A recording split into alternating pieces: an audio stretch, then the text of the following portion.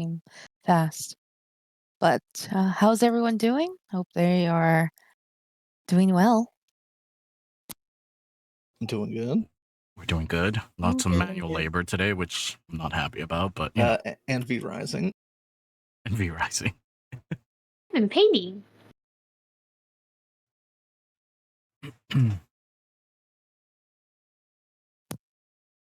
That's all good. Well, seems that we'll get started. So last week was interesting as all of you,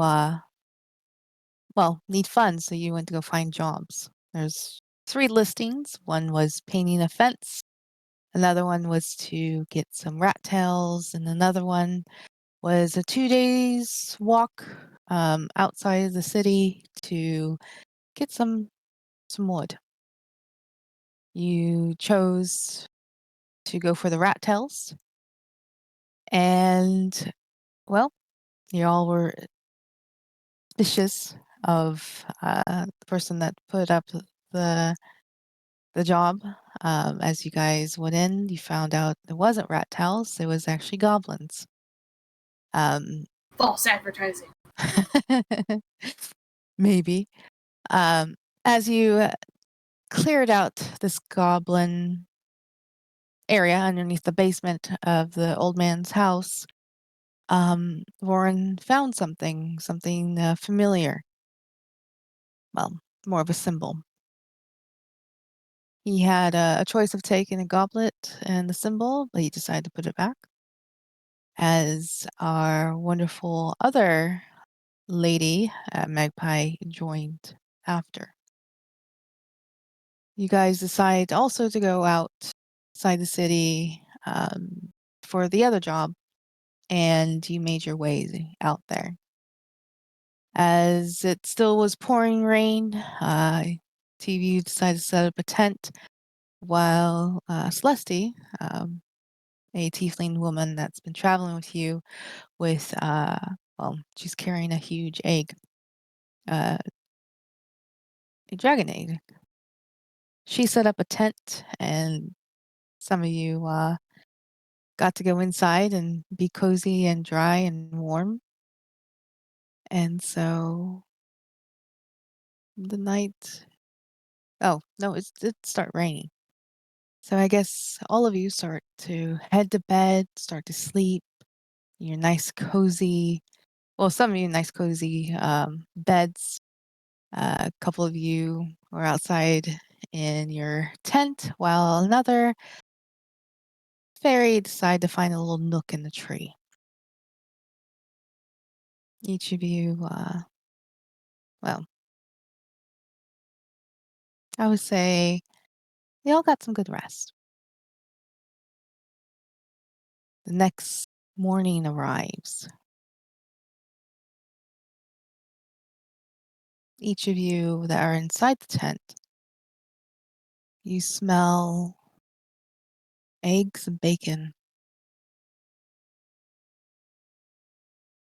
and toast. Fills the air. As probably some of you are slowly waking up. The other 2 out of 3 that were outside the tent hear movement. As maybe you start to wake up. Now the floor is yours. What do you guys want to do? What is that smell? Also, stretching and leaving my room.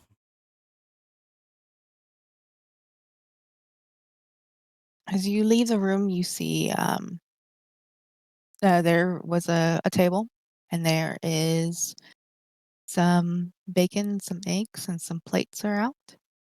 There's some juice that's been set, and where the couch is, it's like almost like a U-shaped couch, where the fire is in the middle. You see the amethyst egg. It's not wrapped up or anything, just out.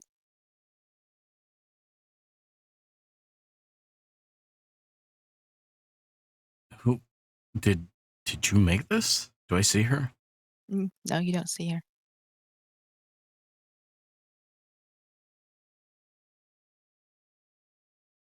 I guess I would try waking everybody else up.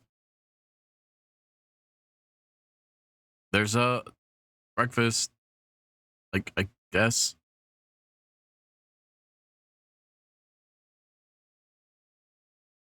Nerva hears some yelling and wakes up, yawns really loud, stretches, and just kind of rolls out of bed. Ends up going into the other rooms like, that smells really good. Did you make that? I wish I could take credit for it. It was here when I got up. Oh, okay. She goes and sits down and grabs herself a serving. No Yeah, questions asked. it's fresh. It's like definitely like off the hot plate and stuff. So as you guys kind of start to eat. I'll wait to see if she turns into a pig or something, and then I eat. Why are you looking at me like that? See, I want to say trust issues, but it's more like I'm just going to wait to see if anything happens to you. I'm sure I'll be fine. It doesn't taste it doesn't taste weird, I don't think. Yeah, the best poison never does. She just kind of looks down at the plate for a moment, like, shrugs, like, well, I guess if it's poisoned, it's too late for me now. May as well enjoy it while I've got it. You know you're the healer, right? Yeah. I'll I'll sit by her and eat. Well, Yeah, no, it tastes good. So far, nothing is happening with her. She's the one that ate first, so yeah. everything good? Do I look redder than usual? Would he look redder than usual? No. Not That at all. look fine to me. I think you're the same shade of red. Good. Let me know if I turn purple.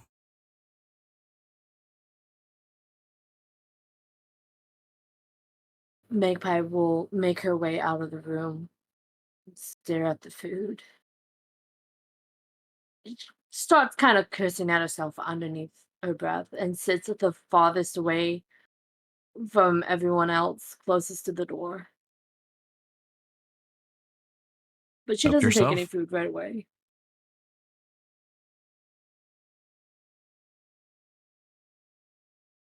We should probably let everyone else know, right? Not probably. She says with a piece of bacon in her mouth. I'll take care of it. So I go outside. As you go outside, you see the tents. You do hear some talking when you get out. So it'd be on your left-hand side where the wagon is with the two horses and the man that's said that he was going to sleep in the wagon. You do see Celeste talking, and there is she's holding like a hot plate to basically to hand it to him, and um, he's like eating it and he's like scarfing it down. Well, there's plenty more if you want, and she will turn. Oh, morning. Good morning. Did you make all that food? Or is it part of the magical tent? No, I made it, but it was part of the tent. Sometimes these tents have surprises. Interesting. Like I said, I'm glad we got the normal one. I was going to wake them up, but I don't know, one of them was sound like they were really deep, heavily sleeping.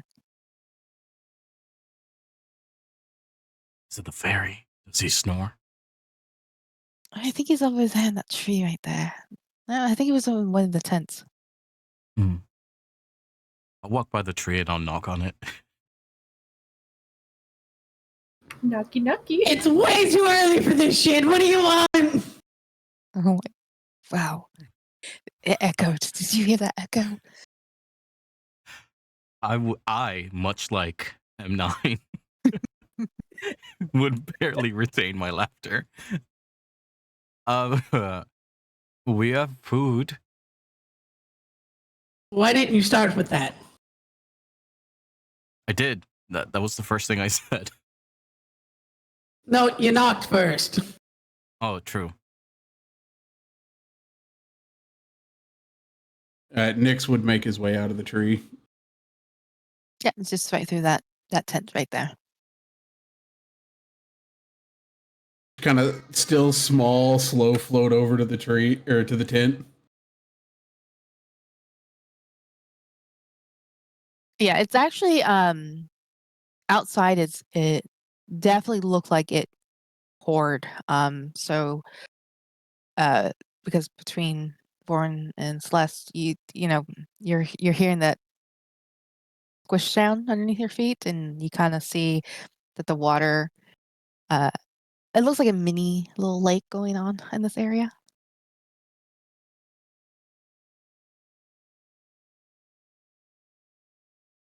I might need you to clean my shoes later.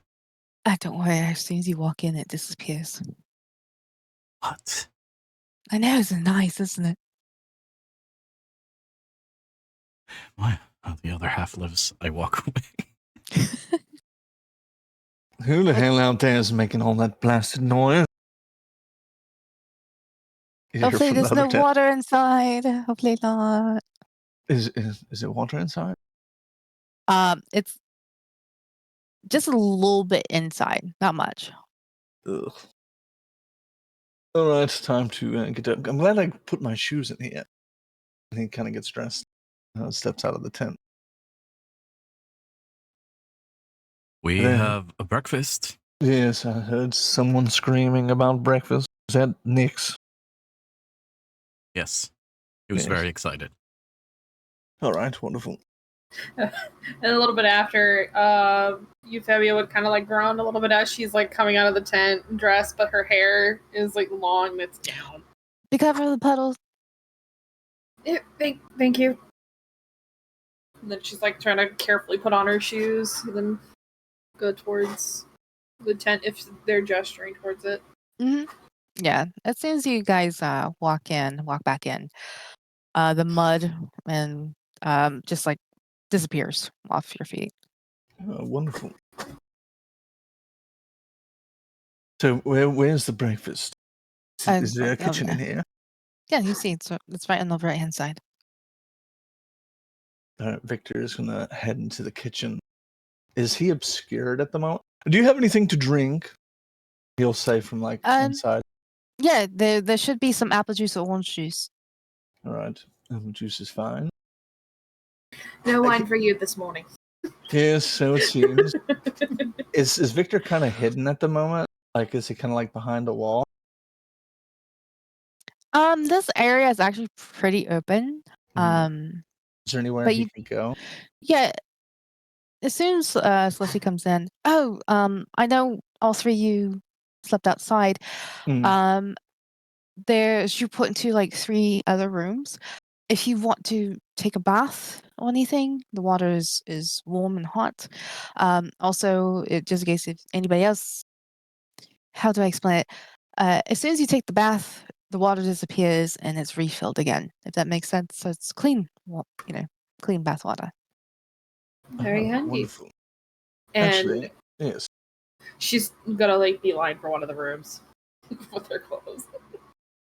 Victor would go as well, and he would be carrying the cup of apple juice. And once he Mhm. gets into the bathroom, he'll look around to see if anyone's looking. No, I mean it's like you enter in one of the rooms. You see a nice, fluffy, comfortable bed, and then you see like a personal bathtub in there too. Okay. He'll pull out a little vial from his jacket, and he'll dip it in the orange, pour it into the apple juice, Mhm. and then he'll get ready for his bath. Perfect. Wonderful. I thought you were about to Jesus this apple juice. Oh, no. Right, He right. spiked it. He spiked it a little bit. I bless thee with the blood of our Oh Lord. my God. Yeah, so while everybody else, is eating or taking their hot bath, Celeste will sit down, and I just realized that this tent's gonna last 24 hours. That's good news. Mm-hmm. We're not going to be staying here for the full 24 hours, though, are we? No. I think I was going to offer it to our driver because I know he would have to come back this way, and I don't know how long it would take him. If not, then it will still be here, and then it will disappear. This isn't going to be like a nightly thing, is it? What do you mean? And she'll kind of gesture to the tents, this, and then gesture to the food, and this, and Um, I guess it really depends on the situation. I mean, I have 50 of these scrolls left. oh, dear Lord. I don't know if my health can take this. Why? Is there something wrong? She'll wave her off. She kind of like look around. Did I do something? No. She just doesn't like our company, and she'll playfully kind of pout as she's eating her breakfast.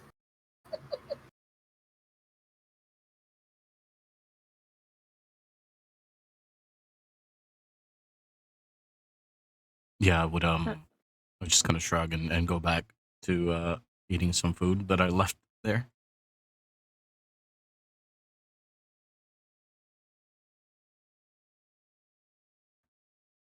Yeah. Celeste would kind of just look at her plate. She looks like she lost her appetite. I think Victor would be getting out of the bath roughly here pretty soon. Do you have any towels? He'll like say from inside the room. Yeah, mate. Do you see a cabinet?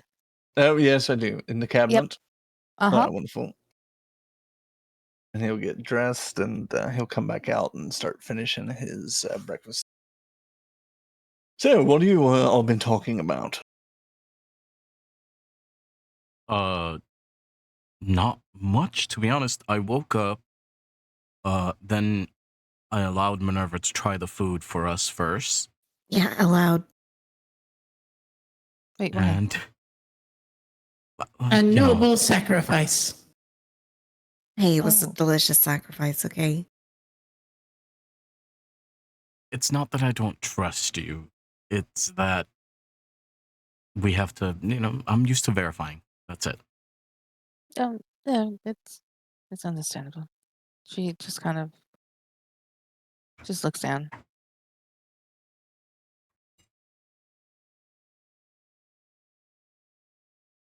But it's Bride's delicious. gonna Thank kind of you. narrow her eyes watching this, but stays completely silent.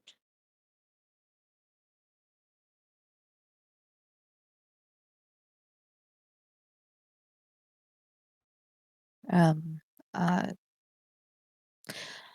well, I'm just gonna get ready. Yeah. Oh, did the driver happen to say how far we are from here?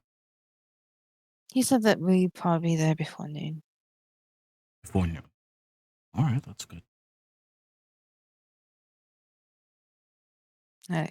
Yes, Leslie will pick up her plate that still has food in it, and she'll go over and just put it in the sink, and she'll walk to the couch and literally lift the dragon egg, and she goes to her room.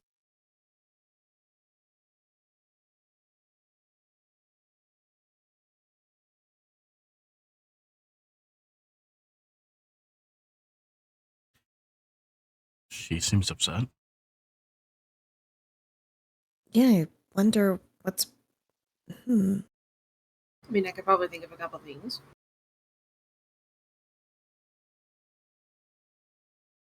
Victor, did you say something? He's been in the bath this entire time.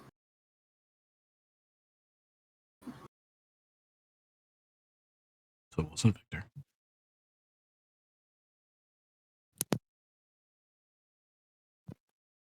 I guess Yeah, I I'm should have sure. asked Nyx first. Did you upset Celeste?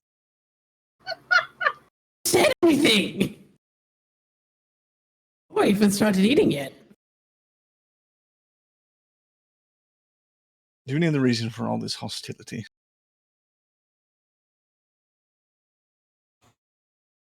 No, I'm not sure. She just seems a bit distraught. I Maybe suppose she we had can another ask her. dream. Yeah, we could. Celeste, what's bothering you? It's obvious. You're right. Hey, Giddy. Yeah, no, I'm fine. You're right. She's fine. She said she's fine. Big Pie is going to get up from her seat and exit the tent. I'll be outside. Oh. Is Magpie another one of her moods where she wants to be alone all the time and avoid eating? I don't know. This is a lot of good food. Very And if lots we're of going good to be food. traveling, we need to eat. I mean, I suppose if she wants to starve herself, she can do it if she wishes. only a shame because the food's delicious. She'll say it loud enough for Celeste to hear. Yeah, I may have eaten a little faster than usual. It was really good. The food is absolutely wonderful. Thank you so much. Welcome. The tent opens and you see the driver come in. Oh shit, I should have been in here. Huh. I heard about, magical things, but never like this. Oh. He goes over and there's still some food, so he kind of like picks off and stuff. Well, I'm going to be ready whenever. He starts like shoving more eggs in his mouth.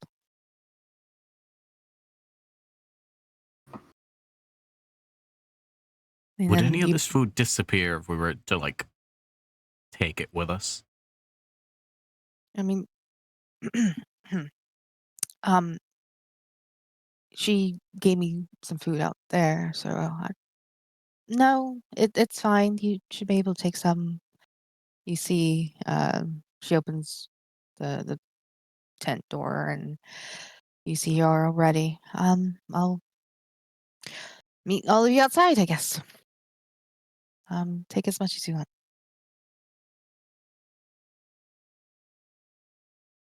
And she leaves. All right. I will get up and follow. Well, I suppose let's start the day, shall we? And Victor will head out as well. Minerva gets out like a little cloth and puts some food in it, wraps it up. Euphemia kind of does the same thing, but picking items where it won't go bad after a little while. Nyx just finishes stuffing his tiny little fairy face with food and then flies out. All Nyx, right. I'm curious. If you eat when you're smaller, do you get fuller faster? Oh, 100%. It makes rations last a whole lot longer than they should. That's amazing. And then what happens when you get bigger? Do you get hungry? No, usually the fullness grows with it, because it's already consumed and inside my body. But it do require to eat a lot more when I'm normal size, human size. Yeah, that makes sense. Yeah, you know where I'm going with this.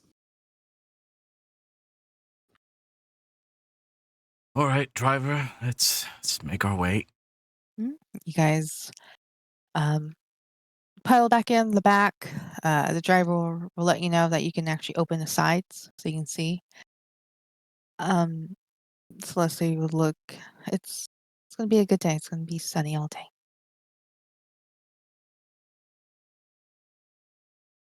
And then the driver starts to go as You see, it is a beautiful sky going through the forest. Time goes on. By the time it's almost noon, as the driver stops. All right, here's your stop. Go ahead and continue down that road. Take you about 15, 20 minutes on foot.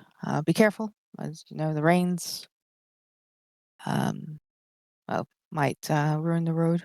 So be careful. All right. Thank you. Mhm. What time can we plan on being picked up? Maybe do you have a regular route here or? Oh, no, we should have discussed that before because you only paid me 5 gold for the trip here. Yes, I believe we're walking back. Oh, yeah, okay. Never mind. Perhaps. All right. You guys get off the wagon and you head down the road. You hear the cart behind you as it leaves. The road, you start walking and you start to see a clear path. As you kind of walk to it or close to it, you notice that there is a nice gravel path. 10 minutes roll by, 15 minutes. Down the road, you kind of hear 2 people talking. You hear a woman giggling as you two, all of you see 2 figures come towards your way. As you guys continue to walk, you guys pass each other. You see a male figure about 6 foot tall. He is wearing leathers and a cloak around him. His eyes are down, just looking at the woman, who is about 5'8". She has a very unique leather armor, has very beautiful detail, almost like basically like elven. Her hood is also very unique. It covers her head, but her hair on top actually falls out, and her hair is black and wavy. She is looking up to the man, and she's holding this box, and they just kind of you could tell how much they love each other. Rick, roll me perception check. Oh boy.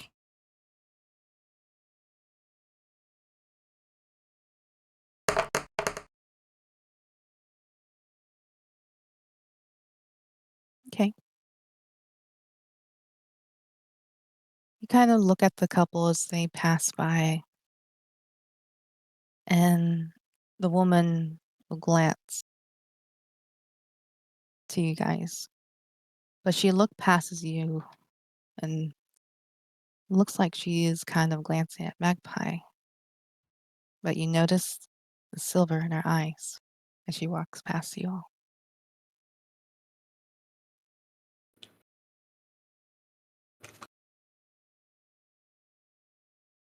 And this is someone we would probably remember from the dream? No. No? Give me a history check. History.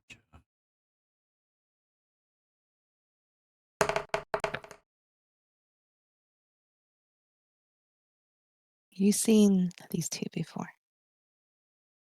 when you were young. Mm.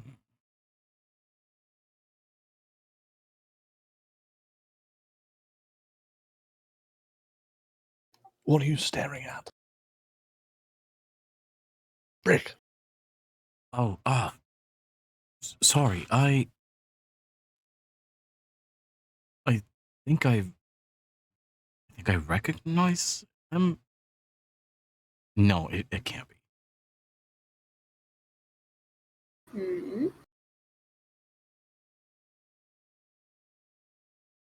Did everyone see them or just Oh no, us? everybody's seen them. Yeah. I just recognize who they are. Hmm. It, it can't, no, it can't be. I must be tired from the trip. What? What is it?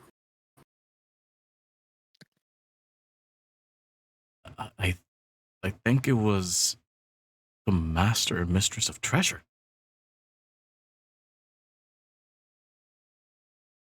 What? Are they still around? As as he says this, you probably all look behind you, and you don't see them.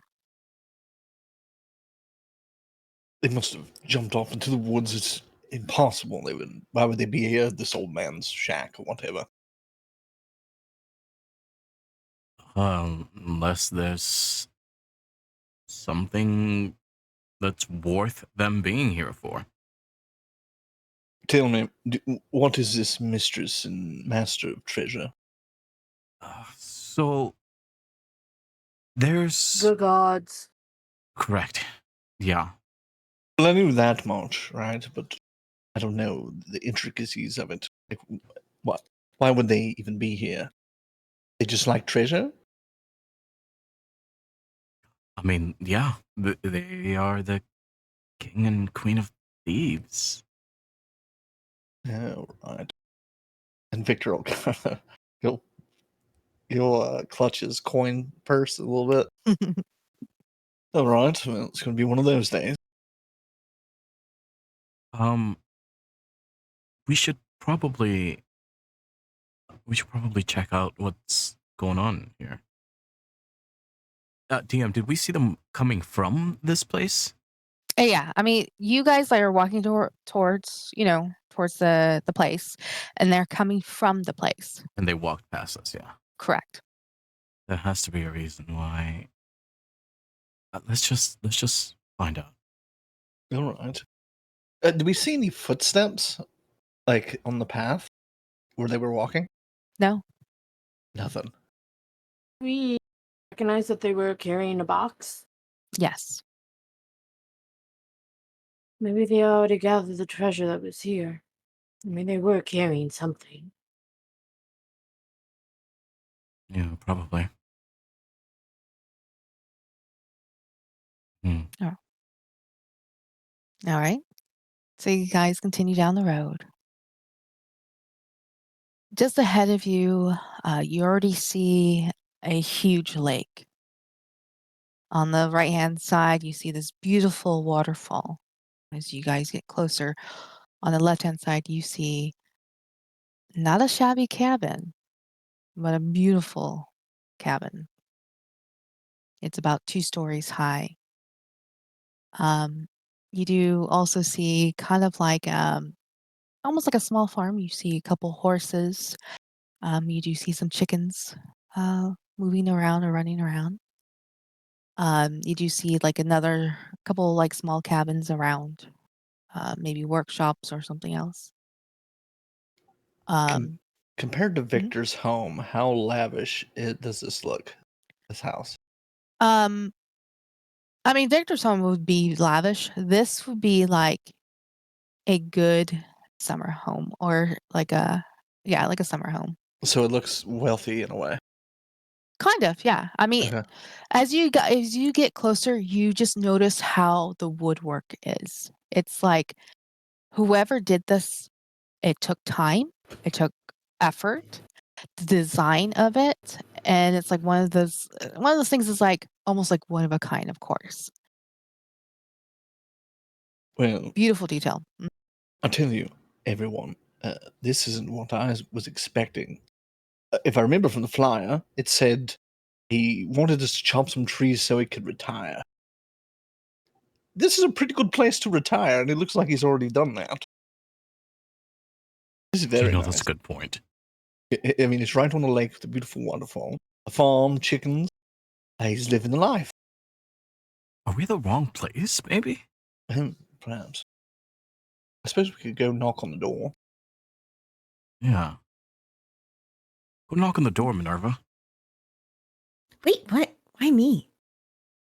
You have a friendly face. Like, I mean, like, I guess if you count having a. Oh, okay, fine. I'll go knock on the door. The noblest of sacrifices. I already did the noble sacrifice earlier. She walks up and just kind of knocks on the door. Not Okay. too loud. Yeah, you knock on it, then one moment, and you know, the door. You hear somebody at the door, and the door opens, and you see an older gentleman. He's wearing some almost like blue pants, and you see boots. He's wearing a jacket, a very light blue jacket, and you kind of see you see his collar coming out. Looks like a nice fleece. Um, he has like a like a cowboy hat. It's a white cowboy hat with a couple of chicken feathers. Very tan skin, and he has a dark mustache that seems that kind of curls a little bit curled at the end. Where you can kind of see where his hair, it definitely is like a dark black, dark brown, and you do see some white in it. He looks at you and, hello, how can I help you? Hi, were you the one that put up the ad on the board for work over in Feilu about cutting logs or trees or something? Yes. I had that up there for a long time. My name is Art. Um, good to see you.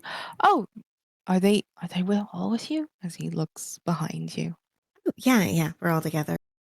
Oh, well, come in, Ben. Come in. Come inside.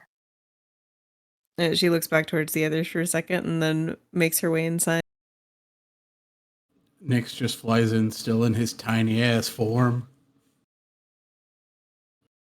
I Warren's gonna take the rear.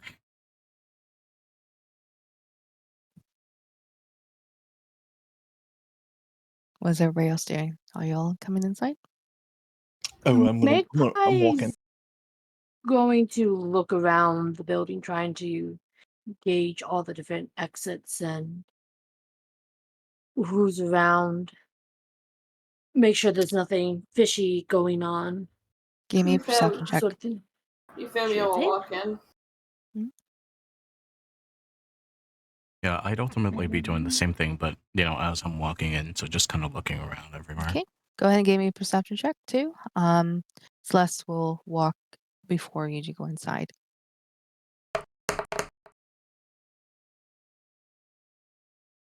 You're distracted. I don't know what, but you're distracted. Magpie, you as you kind of look around to see, there is an entrance as you kind of make kind of like a wide berth to see, and it looks like there is another exit, on the opposite side of the house, partly towards the woods. As you kind of look around, as you see the couple houses on one of the backs of the horses, you see a black and white cat.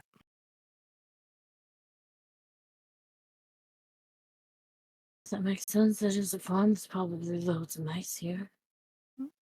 The cat stretches and looks over to you, and the cat looks familiar.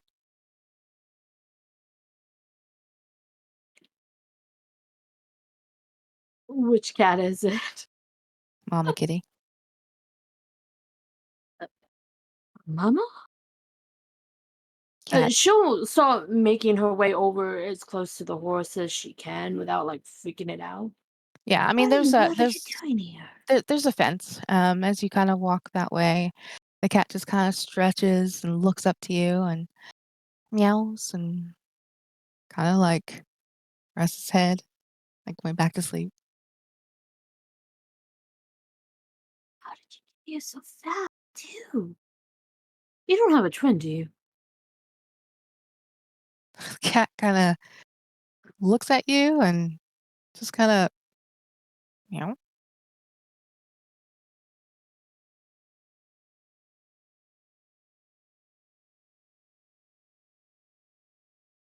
She's just gonna eye the cat up and down, like, and then start looking around, make sure, see if there's any of the other cats around as well. Or is it just Mama? just her.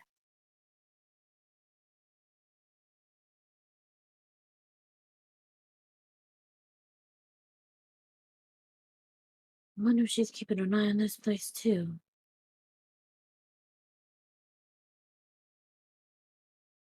Do you make She'll. Go ahead. Oh, go ahead.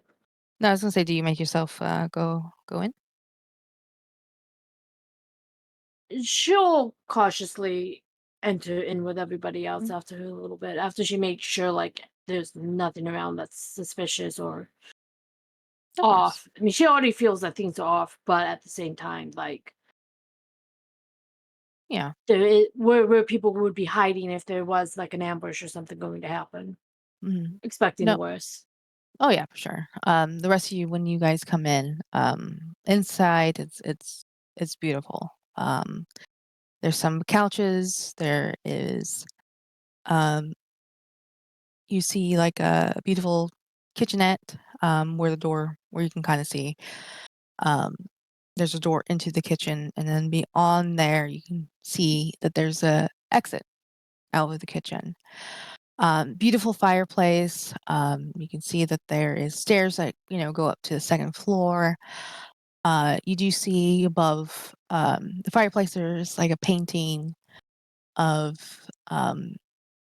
looks like mm, probably his kids. There's like four of them. There's two girls and two boys. Do you want anything to drink? I got some tea. Well, it's noon. It is 6 o'clock somewhere. I have wine. If anybody wants wine. No, thank you. Not for me at the moment. Okay. Well, as you have read, I am looking to retire officially. Um, Basically, I have two horses and two carts to be filled with wood. In these woods out here, there are three different types. You will see a dark wood, um, which is very rich and it is hard to get, but I really would like to have some of that. There's a lighter wood, and there's a redwood. If you can gather three of them, or as much as you can to fill up, I would definitely appreciate that. The only thing is, I would ask of you is one, respect the woods, and they will respect you. Two, um, I would like, as soon as you take down the tree, I would like for you to plant, put some seeds where you took the tree. It's giving back to the earth what we take. And if we don't do that, well, we won't have a forest, right? And, Right. and just respect. Be mindful of who inhabits trees. Please make sure there's nobody or nothing inside. And as soon as you get that done, that could take you the rest of all day. And I will provide food and boarding for you guys. Of course. And what about payment? Oh, as soon as those trees are harvested and put in the cart, I will have my expert look at the trees and we will pay you from there. What do you mean expert? He kind of like looks around and come with me outside. Victor will he'll summon his magic quill, Mhm. and he'll pull out a piece of parchment and start writing up like a contract. Yes, well, my name's Victor Noct, and I am the foreman of this group. I'm going to be writing up a contract. We've already had one individual trying to finagle the way out of payment. I hope you understand the circumstances here. Depends on what the contract is. Are you following him outside? Mm-hmm. Okay. Well, I'm just writing up a simple contract saying that you will provide the services as you have requested. If some situation occurs where something happens, let's say we bring you the wrong type of wood, well, that's not our fault now, is it? No, but I am explaining you what trees I'm looking for. Wonderful. So the red wood, the dark wood, and what was the third? The light wood. The light wood. Can't Excellent. can't miss it. It's only in this part of the forest. Wonderful. And we are to plant a tree. I suppose you are going to give us the seeds to do so. I will provide you the seeds. Wonderful. The scroll the pen just keeps writing on the paper. Is anybody else following, or is this just Victor? Yeah, no, I'll walk behind. Victor. Yeah, Minerva's following. Okay. Nyx would also follow. Yep, everyone following, I think. Yeah. Little tiny fair. I'm gonna chop down the biggest trees. You guys head out in the back, kind of like going around, not going through the kitchen. But you see on the opposite side, a beautiful, like picnic area. There is a picnic table made out of, the wood, which you assume that this man had made. And it's like the lake is right there. It's just like gorgeous sight. And he kind of like faces the woods. He goes, "Hey, Rocky, Ben, I need you." "Oh, come on. Don't be shy." No, come on. And you see some movement in the trees and the bushes. As you see, it kind of seems to duck. And then all of a sudden you see the ground kind of move up to you guys. And then out of nowhere pops out a small rock golem. Well, hello there. Did not expect a rock golem named Rocky. But hello, I'm Victor. The rock golem kind of like, it does have like arms, and it seems to like politely stick his arm up to you as it almost like to handshake. Oh, all right. And I know what this means. I'll shake its hand. That is As- adorable. It's about like 4 foot tall. Oh, here you go, little fella. Yeah, it's a little guy. And then as soon as you shake his hand, it as soon as you release let go, he kind of seems a little bit shy, and he goes right behind Art. Come on, don't be shy. But here's my expert. All right, a rock golem that is an expert on trees. It's Well, part of the it's made earth. of the earth. Oh yes, I suppose. I was just thinking stone and wood, completely different thing. All right, yeah, fair enough. So, explain to me what condition the trees have to be in. Does it have to be? Does it have to Healthy. pass some sort of so a healthy tree? Mhm. All right. I'll write The that down. way that you can identify is you go up to the tree, you knock on it 3 times, and you just kind of feel the energy from it.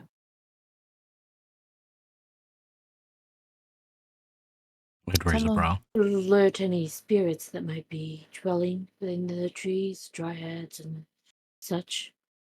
Or would it Exactly. just Understood. I mean that this forest has many different creatures. He kind of like thinks for a moment. Think of it as how do I say this?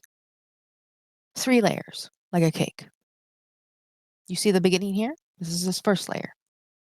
You go deeper in the forest, the second layer, and then when you go towards the third layer, that's when more of the different creatures come out. If you do go into the third layer, which some of the dark ones, dark wood is out there, that's where you definitely want to respect. Respect nature, respect the animals and all.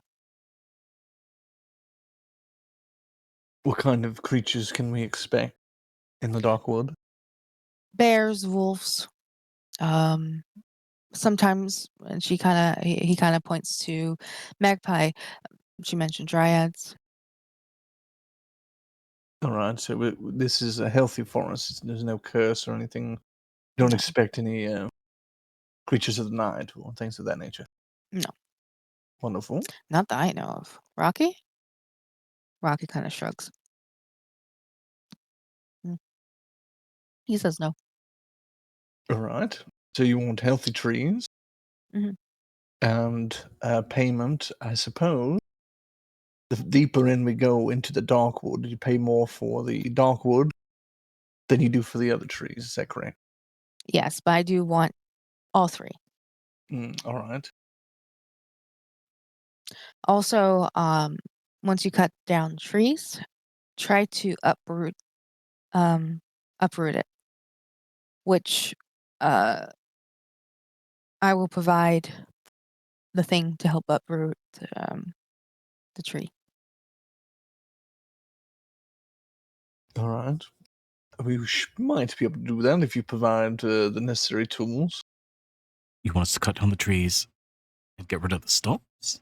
Yeah, just have to just uproot it. You can leave it there. Let nature take care of it. But that's where you want to plant the tree or put the seeds in. Okay. All right. Well, all right. It might be a little difficult. Like, let's say we find an older tree that has a very vast root network. Will this device be able to get rid of the roots so that we can replant in its place?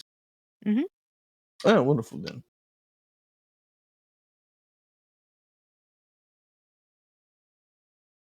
All right.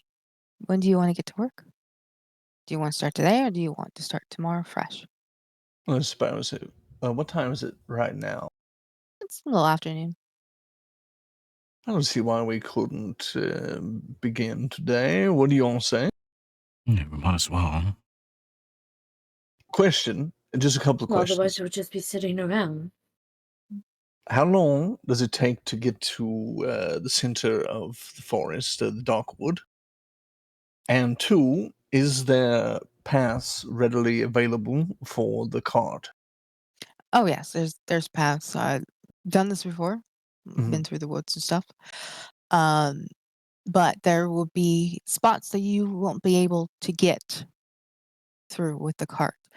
So, I'll provide you the rope, the machine mechanic thing that you mentioned to uproot, the horses, of course, and the wagons that will carry. Oh, and also some water, so you can, give the seed some water. All right, wonderful. Okay, and the scroll's still writing. If any damage is to happen to the cart, what happens then? I would take out your pay. All right, so it comes out of the pay. Wonderful. And that's regardless of if it's our fault or not. If it's some sort of creature that comes and destroys the cart, that's still our fault. Yes, because how would I know if it's a creature or not? We might have to kill the creature and bring it back as evidence.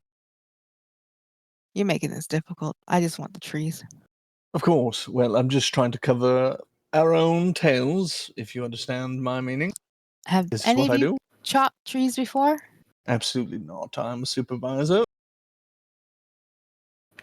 I shake my Can't head. say that I have. Not really, no.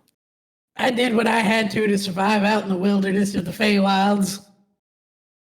Oh, then you would understand the trees.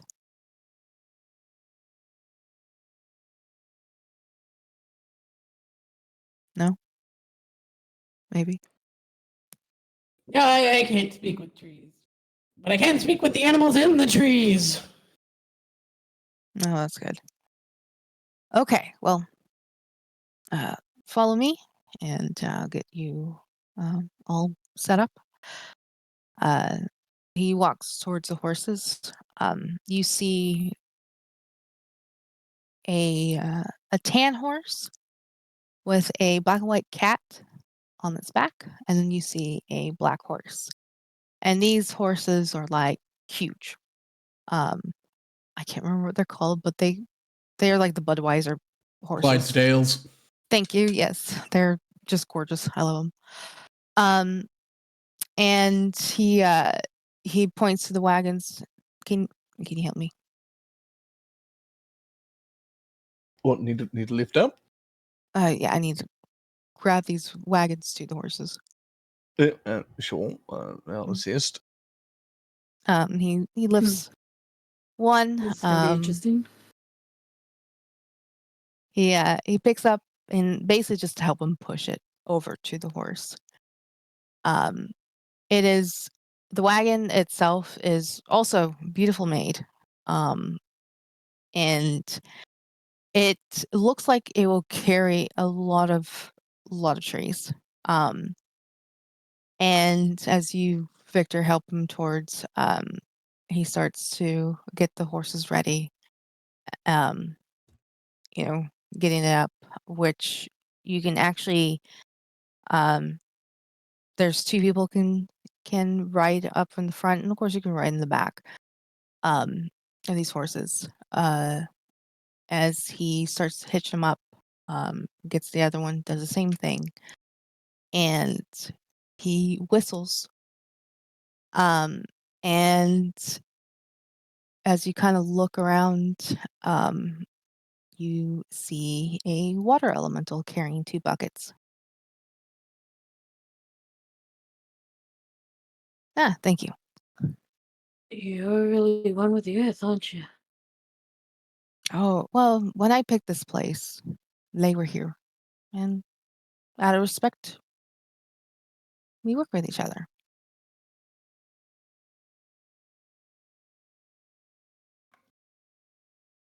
Nyx would look over to the water elemental and in primordial after bowing. Thank you for bringing us water. Kinda looks up at you. Ah, you're welcome.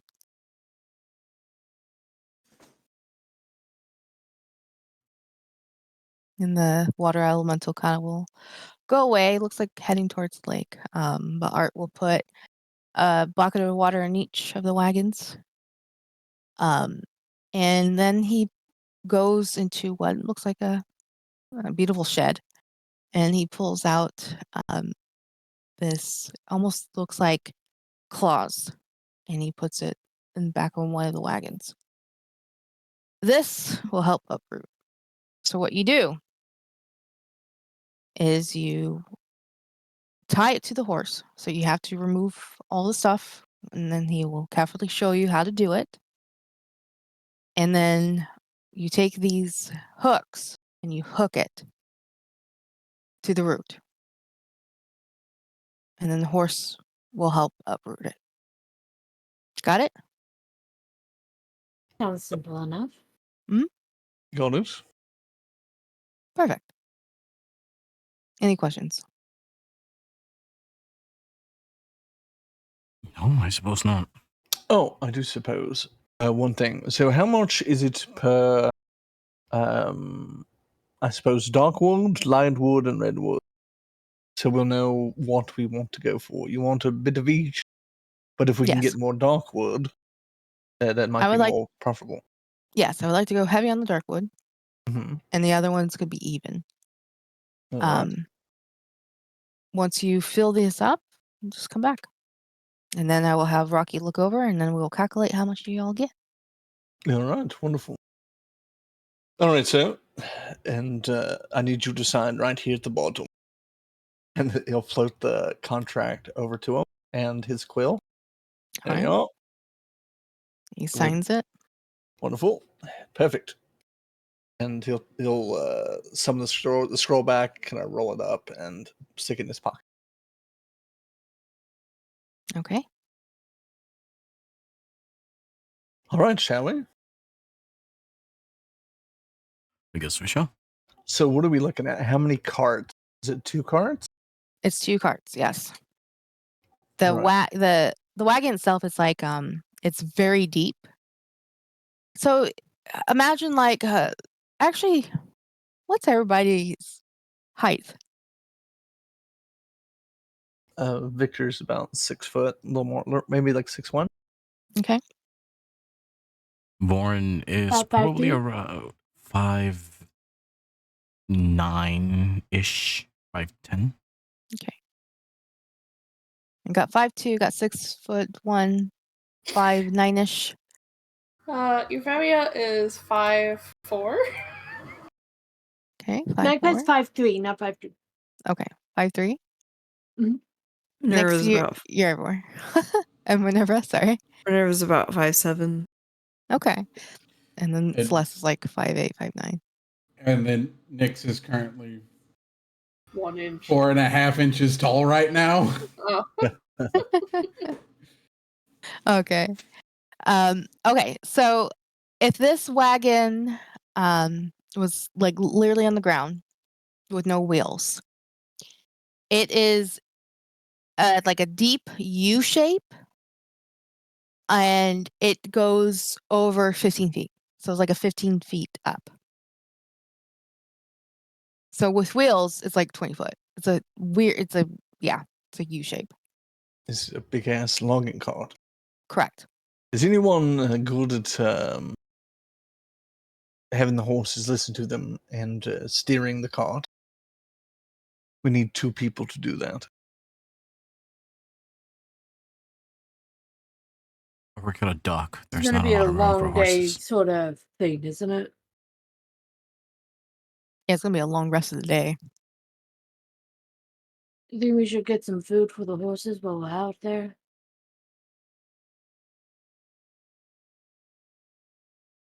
I mean, probably. Or they could just eat wherever we tie them up.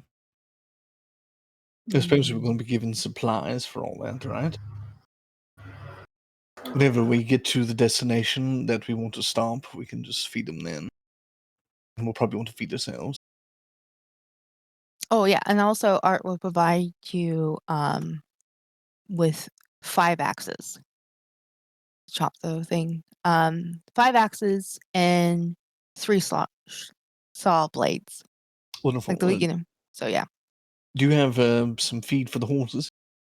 Oh, they're fed. They're good. And usually So they they'll will be munch on they will munch on the way too. All right. Like if for you the stop grass as them, well. yeah. All right. Wonderful. Excellent. So we all have our axes, all of our equipment. I Mhm. believe we're ready to head out. We just need to figure out who's going to drive the cart. The Mhm. carts.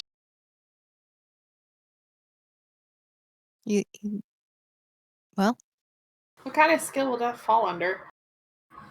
animal handling. Anyone have more than a +2? Magpie's just gonna look at Nyx. I mean, you could always ask them. I'm sure that they've done this enough time that they know the way.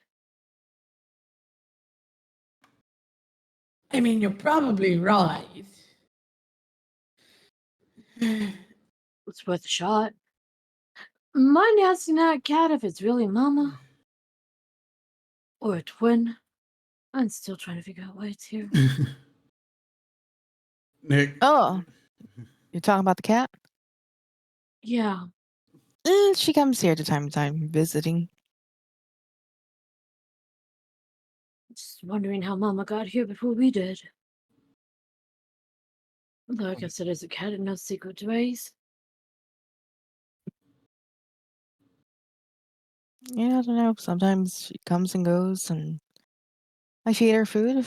Sometimes the other cats come here, which I know they're from town because I've seen them in town before when I sell my goods.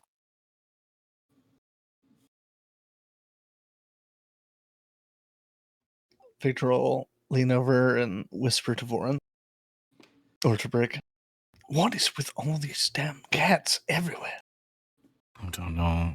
It's hard to see them in town, and now apparently they're either following us or I don't know. Should I firebolt one of them? No, don't do that. All right. Do I hear any of their conversation, or Probably if you're close. Only if you're I- close by. I think she's probably close enough. Euphemia will just pipe up. She's like, take it as a good sign that we're seeing cats. Like I said, they're good luck. Magpie's going to go over and gently try to pick Mama off at the back of the horse, since we're going to get ready to leave. She looks up to you and accepts you picking her up. I'm not convinced that this is good. These cats are good luck. I didn't really see cats back home. I go You know on what my I trip to think? Feilu, and we get attacked by fish people. Who's there? Cats. Lots of them And you said you're everywhere. from Dog Harbor, right? Yes. We have cats, but they're not everywhere like this. They run away. I'm sure they're probably at the harbor. You just never noticed. Possibly. You But know I what I swear- think would be good luck? What? It's not seeing a damn cat. Yes, for once. It would be excellent. Well, that's when you should be worried. I mean, they did help the first time. Yes, They have yes. helped us. When Don't did they help work us? with you? They take care of the dogs and stuff all the time. I don't like them. I find them intrusive. Anyway, How much work can a cat really do, honestly? It just gets the rats. And then it You doesn't try care. catching her at then. Oh, all right. So we have to have cats everywhere we go? Goodness gracious. I mean, did you not notice that meow that they did? And then those things, those fish people got. I Mm. know. Like, how does a cat have magical power to stun or paralyze fish people? Like, why are we not asking questions about these damn cats? maybe they're not all cats. Well, we need to figure out. Magpie- what they are. Mama Kitty's purring in your arms. Just Well- look down at Mama, hearing them talk. That would explain so much of your magical, because you're pulling me all the time. And she kind of like stretches underneath her chin real quick before remembering that there's people around and just trying to look annoyed. While Alright, the let's rest go of cut them some are damn trees. Mm. having their conversations amongst themselves. Nick's eyes would start to glow a bit as he casts Beast Monarch on himself. Okay. He would then look to the horses. Excuse me, none of these people really know how to deal with a wagon. Would y'all mind kind of leading the way? Just make them think they're doing a good job. The horses look at you. They look at each other. Sure, bud. Thank you very much. We got Minerva, you this. seem well traveled. Do you wanna What? do you wanna lead the cart? What? Why do you keep volunteering me to do things? You seem well traveled. I mean, yeah, I am. I've never been to this area before, so I don't know where I'm going any more than the rest of you. There's a But there's a have you difference used a between cart? there's a difference between being well traveled and being driven around in a cart. I mean, that's true. Yes. You know, sometimes these beasts don't understand when you want to take them left or right.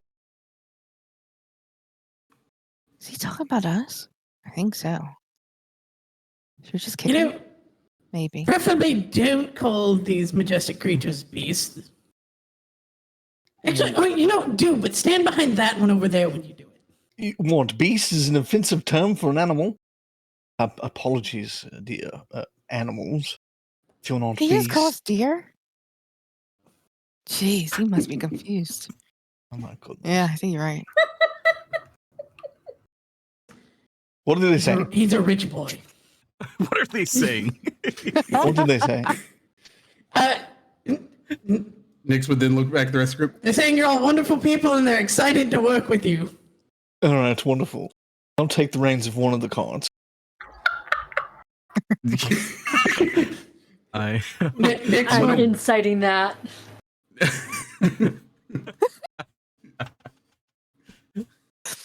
Oh. All right, so she's going to incite Nyx. Nyx, do you want to what is it? Deception. Deception? Yeah. Yeah, why not? We'll see what happens.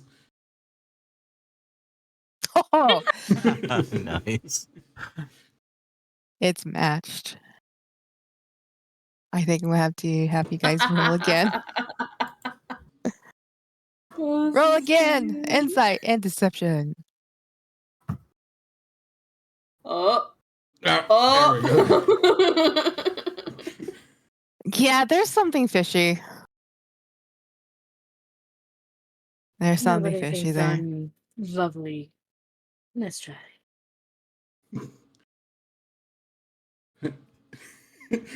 Nix would giggle to himself.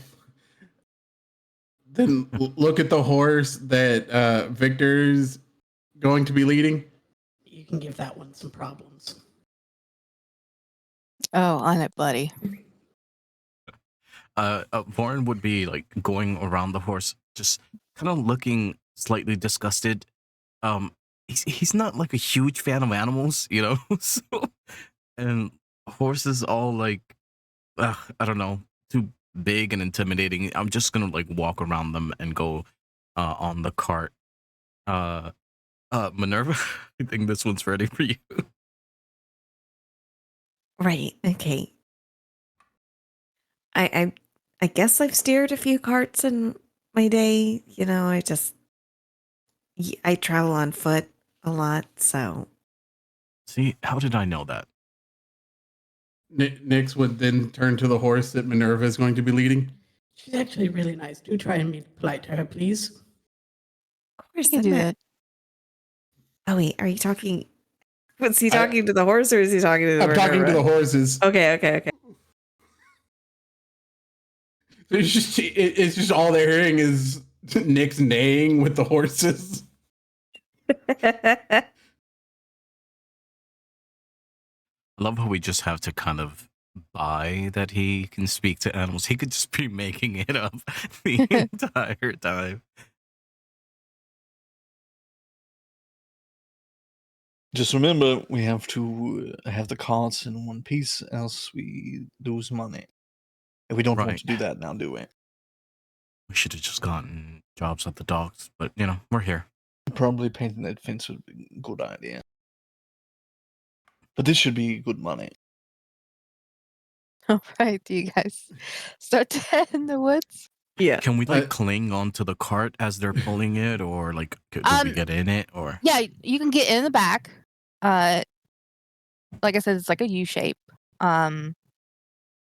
You still be fine. You can climb in the back. And the front seat, like where the driver can, somebody else can sit right next to them. So you can have two people up front, and then the rest can be in the back. All right, I want to sit on kind of like a ledge or something, on the sides. Yeah, you could do that. Who's riding with me? I might as well give some entertainment while we're driving. Wonderful. Nix would land gently on the head of the one that's leading the cart for Minerva. Okay. How about this? Who's in Minerva's cart? I think Warren would be. All right, so Vor, Magpie. And who's going to be in Victor's cart? Euphemia will be on the cart with him. Okay. Are you going to sit in the back or are you going to sit next to him? I'll sit next to him. She'll be playing music while we're kind of going into the forest. All right. We Celeste, got the best cart. Celeste will be actually in the back with her egg. So, in Victor's cart. All right. So, you just kind of gently kind of like tap the reins on the horses and the horses will start going. Yeah. As you guys head in it towards the woods. It's beautiful, especially like when the sun hits. As you bypass the different trees, you definitely see the different the roads, or like small makeshift roads. The one thing is you can only fit one cart at a time. So who's going to lead? Follow me, everyone. All right. So as you go ahead in Minerva's cart,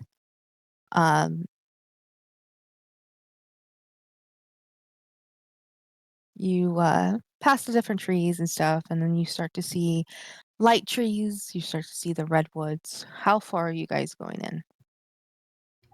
Victor will yell back to the other cart. Do you want to go into the dark wood tonight and work our way back? That's my suggestion. Yeah, I think that sounds like a good idea. Sounds fine to me.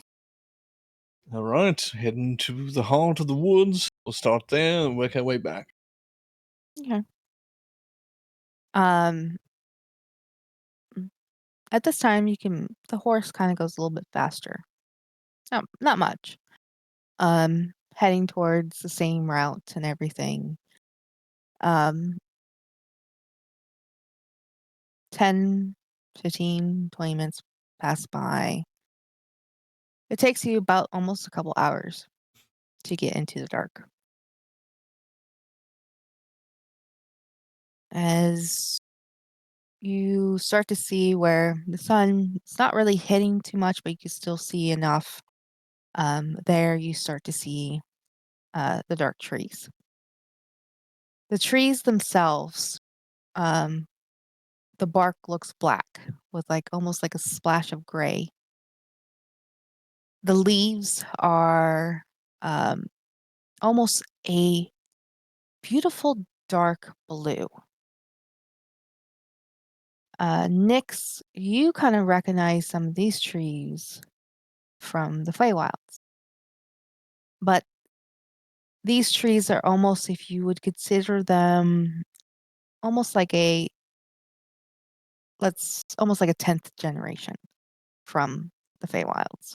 Like if trees could have children, which in a way they do, they are definitely far from it.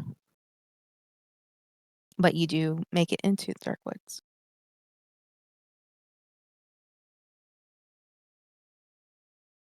What do you guys want to do? Do we see like a good clearing where we could start clearing some trees and potentially set up camp if need to? Give me a perception check. Okay. I want a perception check, and I also want a survival check from you.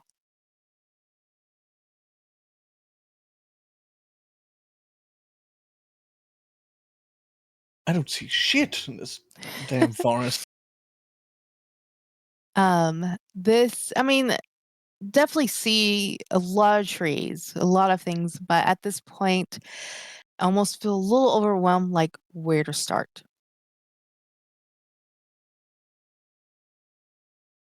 Is this when you just do like a fire blast and cut down trees that way? No, we have to plant the trees. And you just say to be respectful. I don't think setting a fireball off in the middle of a burnable forest is a respectful way to go about doing things. Well, we'd probably die if everything caught on fire and we couldn't get down. So we need to be a little careful. Oh, goodness, it's so thick here. I suppose you want to go about another 20 minutes deeper, see if we could find anything else. Yeah, perhaps. Or can I, as I'm sitting on the edge, can I see from up above in the cart if we can spot any of the trees? You are in the trees. I mean, you see them. You see the dark, the dark trees. Is there But anywhere to like pull off and give me park the carts? a perception and a survival.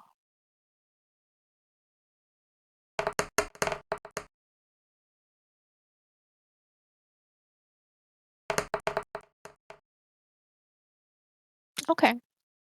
As you are taking a look, you see something on the left-hand side, more of a clearing.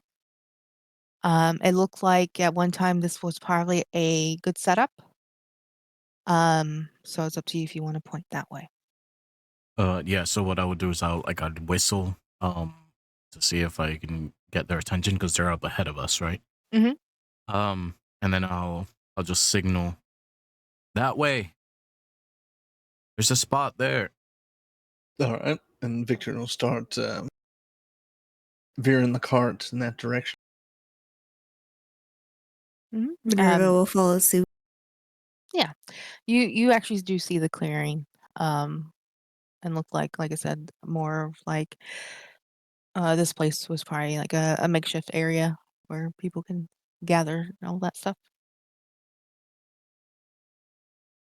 All right, this looks good. I'm gonna pull it in right here. Kind of maneuver the cart and kind of bring it to a stop with enough space for the other cart to be pulling in as well.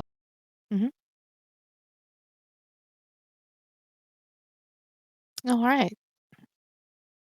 So you guys get off the cart. What do you guys want to do? Victor's going to pop out Mist. He's gonna summon her. Mist, I want you just to take a quick look around. So see what you see up above the trees. Okay. And he kind of Okay. tosses her up, and then he Are you puts gonna, his. What's that? I was gonna say, are you gonna look through her eyes? Yeah, he's gonna look through her eyes. Okay. He's gonna put his hand on whoever's closest, probably Euphemia on her shoulder. Euphemia, I'm gonna go blind for a moment. Just give me a second. And his eyes they wide over, and he takes on the vision of his familiar. Okay. As soon as you um, do so, you see Miss take off. You looking through her eyes. And you see all of you as as you look around, and she reaches to the top, and you see different hills and mountains, um, trees galore. The different colors of the trees. As soon as you see the sun hit the trees, the tree leaves, you definitely see that that blue that comes out. Um, and it looks clear, looks nice. Nothing evil. Do I see any streams or anything? Um, where her eyes are, the woods are too thick. Too thick. Okay. Mhm. All right. And Victor's eyes will come back to normal, and he'll think, and he'll say, "I missed. Just try to follow overhead and hang in the trees. If you see anything suspicious, give a hoot." You All know, right. I've never seen anybody do that. That was kind of odd, but also intriguing at the same time to watch. Yes, yes. I'm able to see through the eyes and use the senses of my familiar. It seems we're in very thick the woods here. We found pretty much the only kind of clearing for a good while. Interesting. But it's too thick to see anything else at the moment. While this is going on, Magpie's going to get out, take a quick look around, where they are, see if there's any tracks for, animals coming through Mm, yeah, give me before a going survival in. check. Okay. Of course. No, It's something's survival. distracting you. Yeah. Just like as soon as you look at the ground, you notice that you're stepping in something, and it's not good. All right, so we get off the cart and go over to him and like, what? What was that? What were you doing? Well, to me, Yeah. oh, I was taking a look above the canopy to see if I could see what the forest looked like from up there. I could see through my familiar's eyes, Interesting. but at the cost of my own vision. So if I'm ever to do this, I can't see anything here as I'm present in the mind of my familiar. Interesting. Yes. So to Vorin, all I heard was whenever I'm doing that, I can't see anything. So I'm gonna remember that. Yeah, essentially. I can still hear you, but or I can feel you, like if you were to pinch me. But I wouldn't be able to see anything. But like I said, I was telling Euphemia, it seems we're in a good thick part of the forest. We found pretty much the only clearing. I can't see anything else at the moment, so I suppose it's all right to begin work. All right, so we just start cutting shit down. I think so. What time of day is it at the moment? Is it like getting dark? Is it midday? Let's see. You're guessing it's about between 2 and 3 o'clock now. Took you about 2 hours to get down here. Right. Celeste, do you have that fancy tent that you had before? Yeah, Or no? she kind of looks at everybody. If everybody would want one, I mean, for me to summon or use whatever. Yeah, yeah. Absolutely. At least in my opinion, it'll keep us safe out here in the woods. I was only trying to figure out if we should try to set up camp before and then head out and do work. Easier to set up camp now that we can see. Yes, exactly. At least that's the thought. But if she has one of those fancy scrolls, which I would love to get my hands on one of those, that means she should just be able to cast it. No preparation involved, really.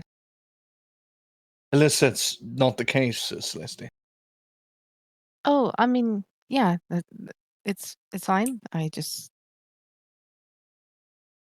want to know if everybody would like that. Oh, absolutely.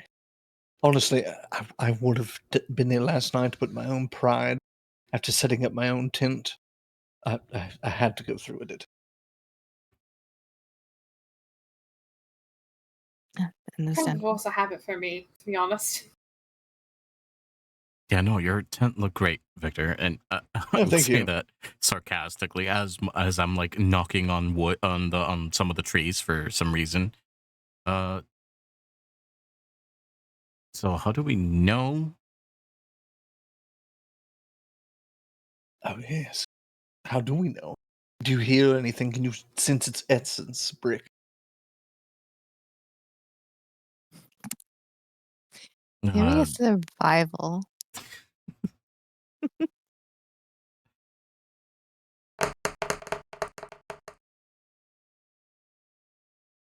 Okay. So as you kind of go around and you knock on one of them, you it's almost kind of like something is vibrating in your ear. And for you to do this for the first time anything because you're sort of used to working at the docks, Mhm. So you understand how to tie rope. You understand how to, make sure the cargo is safe. But this, because it's so different, something tells you that this is a good tree to chop. Yeah, so after I knocked and I heard the thing, I would kind of hesitate and step back a bit and look at the tree. As you take a I look above the tree, I mean, the tree is very tall, Mhm. but yeah, go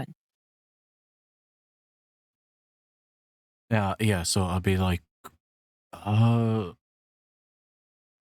essence, you said? I don't know what it is, but I feel like this is a good tree. I'm curious. We ought to get started then. Victor would put his ear up to it and see if he hears anything. How do you know if it's a good tree or not? As Mhm. Brick is saying that, Nyx would be flying behind, taking his normal 4.5 foot tall form. Mhm. But Aaron is only half the thing. We have to make sure nothing is using this tree as a home. Exactly. That's a good point. I don't know. I think it told me it was a good. Is that weird? Hmm. I'm not sure. It's I just a suppose. feeling, I guess. That's the only way that I can explain it. I think this is a good one. All right, well, it looks like a good one. I'll trust your word for it. Next, do you want to go up and make sure there's no nests or anything? I can do that. Nyx would take to flight and circling around the tree to see if anything is calling this home. Yeah, I mean, you understand the woods, different trees, aspects. I mean, you've been out in nature. You don't see anything. There's no nests. There's no, little nooks or crannies. This is nothing is living in this tree. DM, is part of the understanding that DM gave that the tree gave Brick, part of that is saying that it's good to cut down that there's nothing living in it. Like, is that part of that feeling or no? No, because no, that feeling is like the tree is good to cut, but you don't We know. don't know anything else outside. Correct. Okay. All right. All right. Nyx would, after checking the tree out, fly down and inform him that nothing is currently living in this tree and it would be a suitable one for us to chop. Who wants to do the honors? Well, I'm not sure about tree cutting, but we need to make sure it doesn't fall on us, and we need to make sure it doesn't fall on the cart. Does anyone know how to do that in particular? Like, can you tie a rope to the tree to guide it how it falls or something? You can. You can also start by cutting a notch in the way you want it to fall and angle your cuts on the other side to help it tip to the way you want it to go. Makes sense to me. All right, excellent work. I'll stand back and supervise. All right. Minerva? I'm kidding.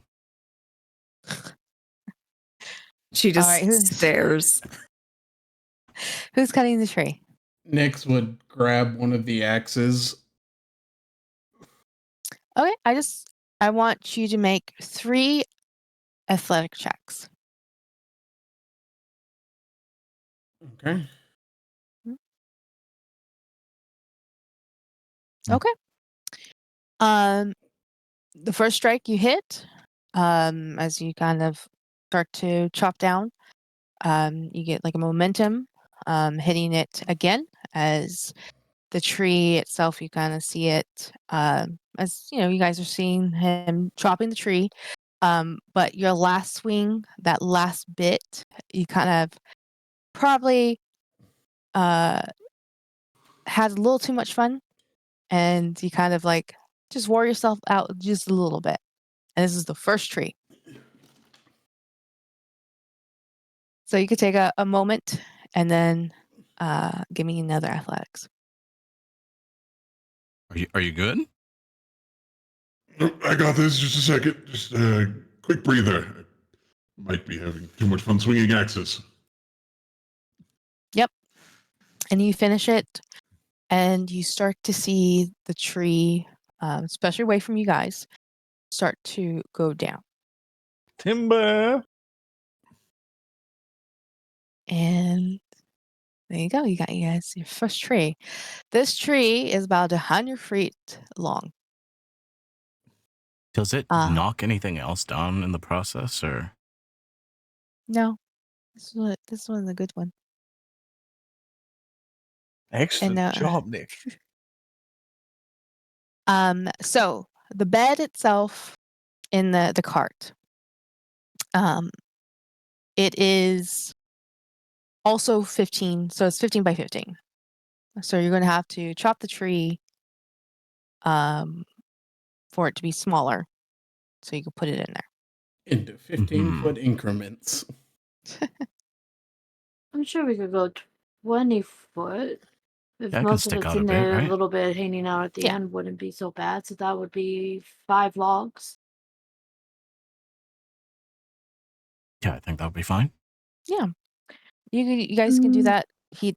There is extra rope provided too, so Excellent. We can start sawing this into pieces. 5 logs. That's good. Magpie is going to take an axe and start heading up to the top of the tree and start cutting off some of the branches that are up there to lighten and make it easier to cut down. you do so. Depends on how many trees you want to do and how much you get. Whoever wants to chop a tree down, I need 3 athletics. And whoever wants to chop them down to smaller pieces, which I'm not going to let you roll for anything, feel free. So, DM, this tree was 100 feet tall. Correct. What do you believe the width of it is? Like, it must have been a really thick tree. Yeah, it's a thick tree, yeah.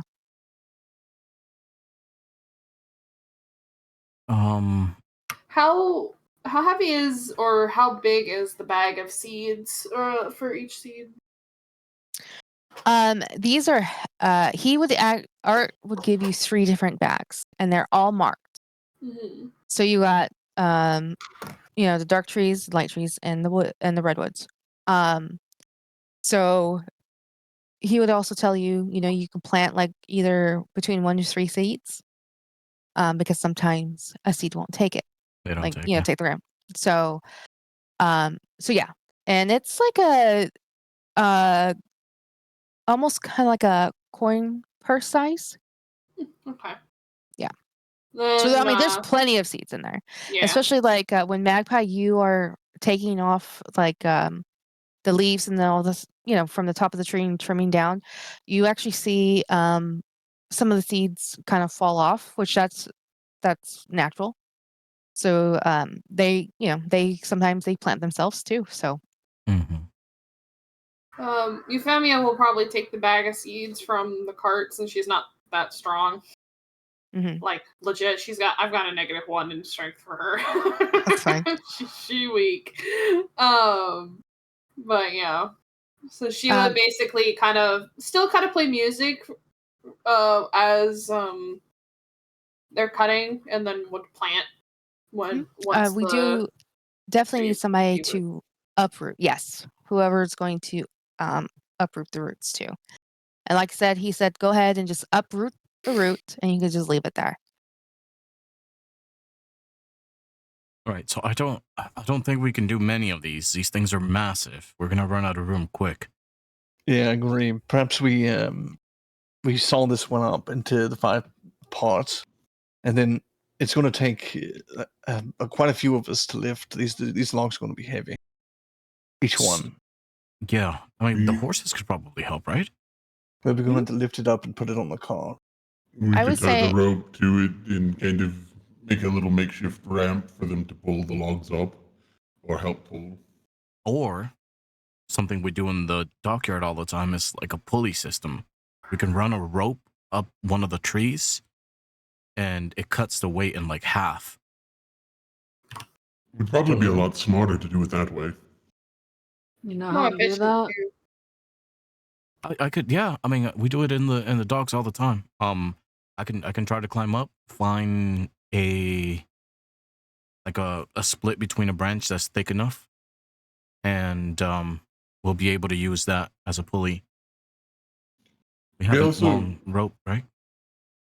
Do you want to keep in mind he did say he wanted more of the dark wood and then about a 50-50 split of the others, so I figure if we fill one cart completely with dark wood and then split the load and then half of the cart with the other of each of the others. Yeah, that's exactly the same thought I had. We could fill up both of these carts with darkwood and take them back tomorrow. And then fill both of them up, one with lightwood and one with redwood. It is also a possibility. That is something else. Yeah, we could do. I So we'd have suppose to go back and then circle back.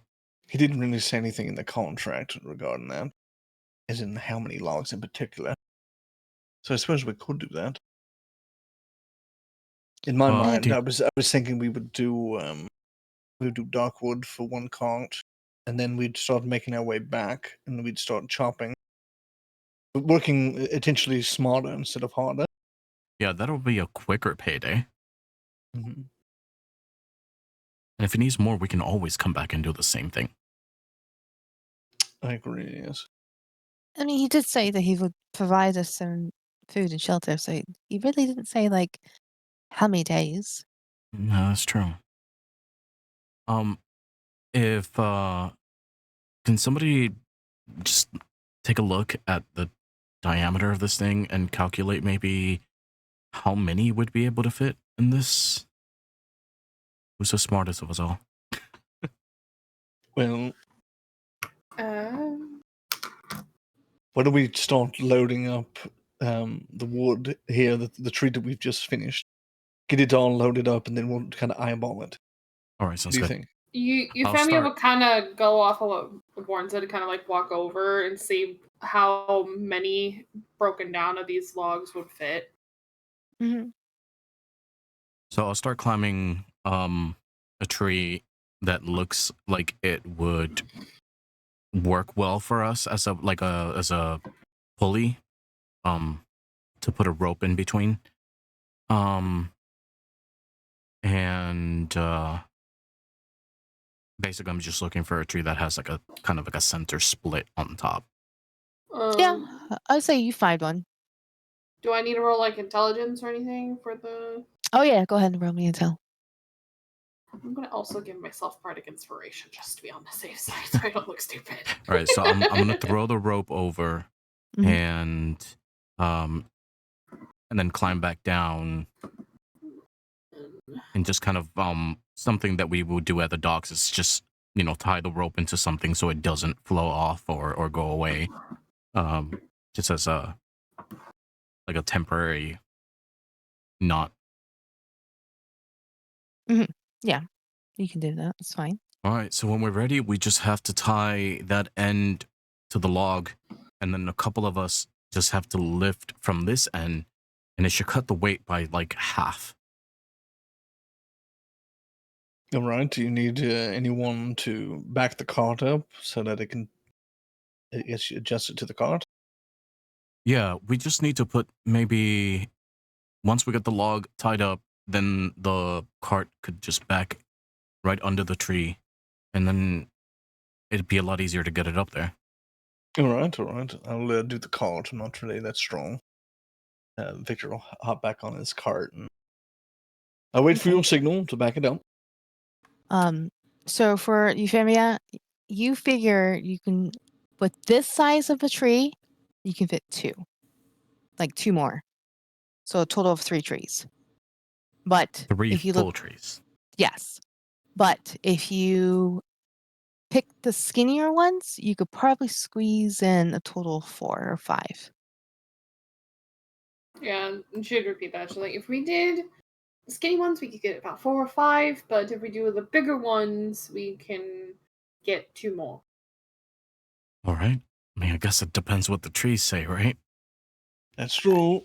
Oh, I already did that. It's less. Yeah. So as you were all talking, I went ahead and marked the ones that were good, but I haven't checked if there's anything in there. So, there's about 10. All right, good work. Yes. So Nobody's just using the wood for.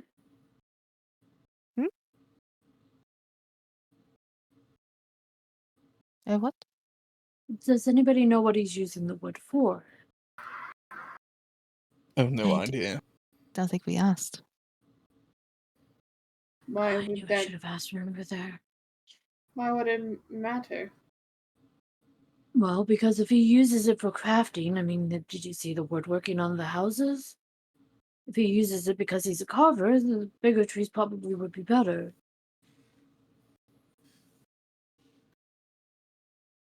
Yeah, But we if should he's probably using just go it for the for bigger just ones regardless. firewood, any type of tree would work. I don't think you're going to use this kind of tree for firewood. No, I don't think so. It wouldn't be that specific. But it's a good point. Well, we might as well just go for the big one. You can always make it smaller. You can't go the other way around. That's true. That's definitely true. All right, I'm gonna Thanks start for the back thought. I'm gonna start backing the cart up. Yeah. Come on, horse. Nyx would pick up the rope to help lift the tree pieces. Yeah, definitely need your help. All right, so I would attempt to do my best not work and get the tree secured and then go over to start pulling. Let's see. Give me. Could not work. You know what? Let's go for acrobatics. Roll me acrobatics for your knot. You sure you don't want performance? No, I'm kidding. Oh, I would think sleight of hand. I mean, it's a good knot. It's a very good knot. Is good not. All right. I think this should hold. Let's pull. Nyx would, Wait, is Nyx back to regular size or? Yeah, Nyx is taking on his normal size shape. He's not a tiny fairy.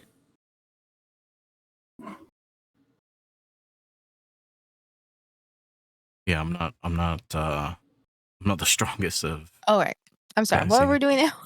We're lifting the logs using the pulley system and rope. Okay, so are you only one that's lifting? I believe it's No, we're both lifting. me and Brick. Okay. So for this situation, I need one of you to roll because you're giving the other one the hand. So he can roll with advantage because I'm helping, Correct. right? Yes. All So right. go ahead. What do we roll me roll your with? strength. Okay. Yeah, that's good. So you pull. I'm going to need it 2 more times. All right, steady. Yep, you got it. Oh yeah, this is like that first one was like, okay, this is piece of cake. The second one's the same thing, and then you're like, Warren, I don't know, you just kind of got like a burst of energy, and Nyx just kind of goes along with you with his strength.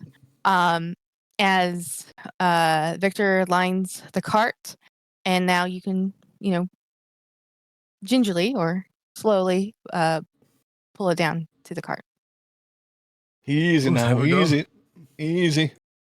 All right, Buttercup, steady. I'm calling the horse That- Buttercup. Oh yeah, at that moment. How long does your thing last, Nyx? Until I take a long rest. Oh, Long okay. rest, yeah. You hear as soon as you're like lowering it down. Did he just call me Buttercup? And you guys hear the other horse neighing. Don't you laugh at me. Oh, that's it. As his tail flings, and basically you just get gassed. Oh, oh goodness gracious! Lower it down quickly. All right. I think we're good. Oh, we had a And with a blowout thump. up here. All right, that went well actually. Nixon between laughter. Maybe use the horse's name and not Buttercup. What is the name of the horse? Did we actually get that from the I old don't man? think Nope. so. Nope. You can ask. Nix would look at the horse.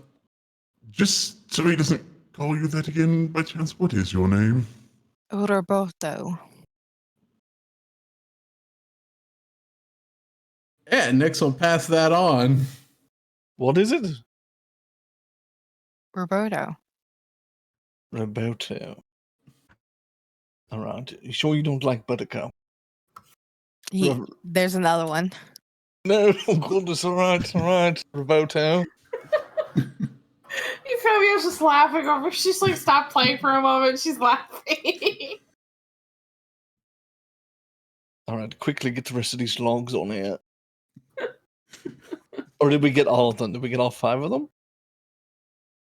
I No, think I you think guys that would. was just the first one. Yeah, Okay. that's fine. I'm gonna say the next logs you do so. Sometimes a little complication, but you all Mhm. manage to get it on there. Whew. And Victor decides to call Roberto Buttercup again. All right, 1 tree down. Well, Mhm. while they're working on getting the logs into the cart, can she start inspecting one of the next trees nearby to see if there's anything living in there, climbing up into the branches and all?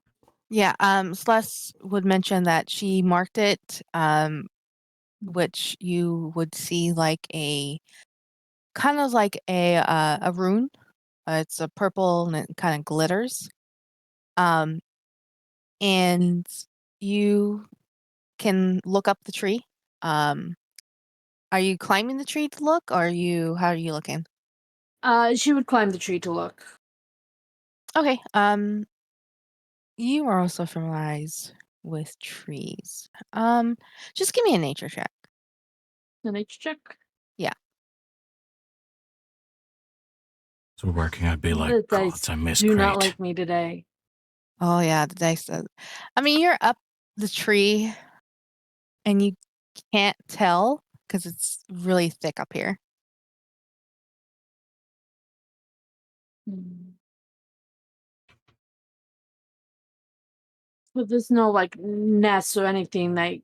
Yeah, I mean, you can't really tell.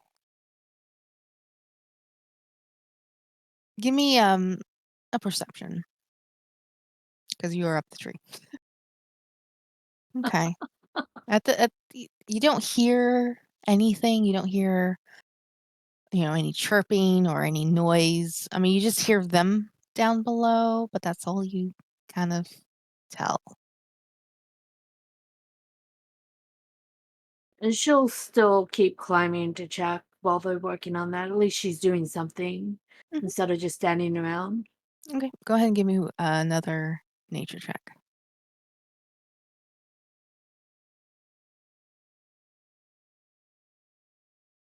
Okay. Yeah, so far nothing. You don't see anything. Okay. So after we are finished with the first tree and all the pieces, I go over to Minerva, and just so that we don't have to go back and forth, I kind of teach her the knot that I'm doing on the logs. Be like, do you mind just doing these so that we can just pull them up as we go? Oh, yeah, I can do that. It's fine. All right, thank you. It should tighten itself with its own weight. So as long as you do it right. I will try my best. I have tied a few knots in my day, so I should be Very well. okay. Sweet. Give me athletics. No, acrobatics. Sorry.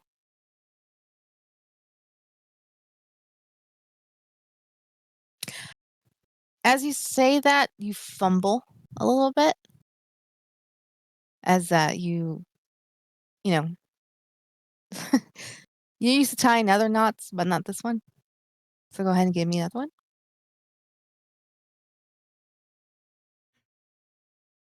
As you Okay. Just I'm hold not on. alone.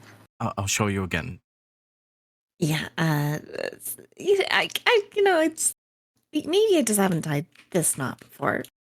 It's all right. If you're more comfortable with a different type, go for it. all right. Give me another one.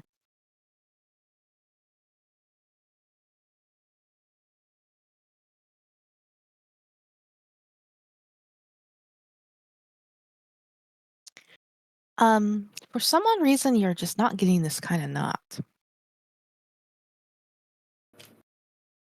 Minerva just like stares down at the knot in utter defeat.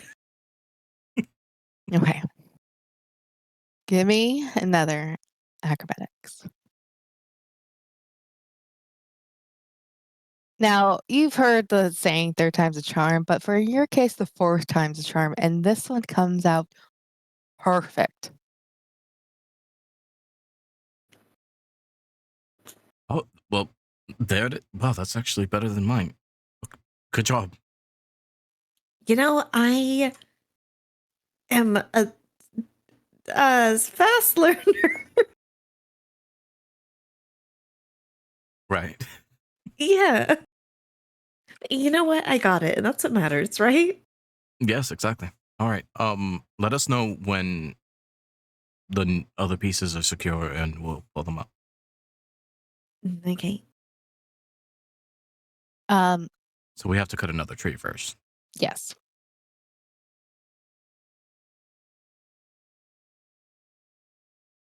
So Magpie has checked a tree. There's, I think I said 6 trees that are marked. So it's up to you guys. All right.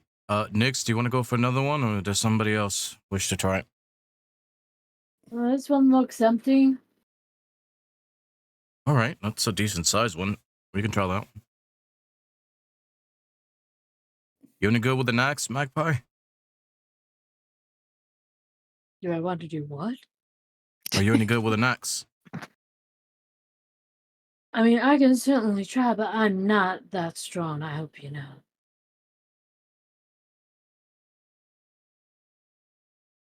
If I can't do, we can always pass it off to somebody else, but just warning you ahead of time. All right. Give me 3 strength rolls. Strengths or athletics? Oh no, you're swinging an axe. Yeah, we did strength before. Mhm. Oh. Actually, you made me do athletics. Oh, did I? Yeah. Oh, I do athletics. Okay, good, because that's the difference between a -1 and a +1. Ooh, You did you better with take your strength. you take that axe and you hit the tree, and you move the axe, and you notice that the head of the axe is in the tree while you have the hilt. Oh dear. Oh, that looked dangerous. Nix? No, I did warn you. Thank you for trying. Nix would chuckle a little bit and get in position.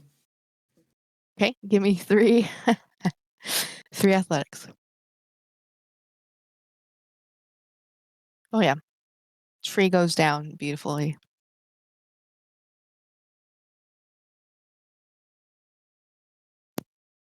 Eventually, I'm gonna hit a nat 1, and it's gonna be hilarious. Mhm. All right, so we get that cut up. Who's up? Is anybody uprooting?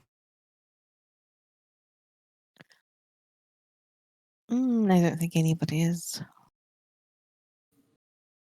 I guess if somebody wants to help me, we can get the horse, and the other person can tie those weird teeth-looking things. Teeth-looking things. All right.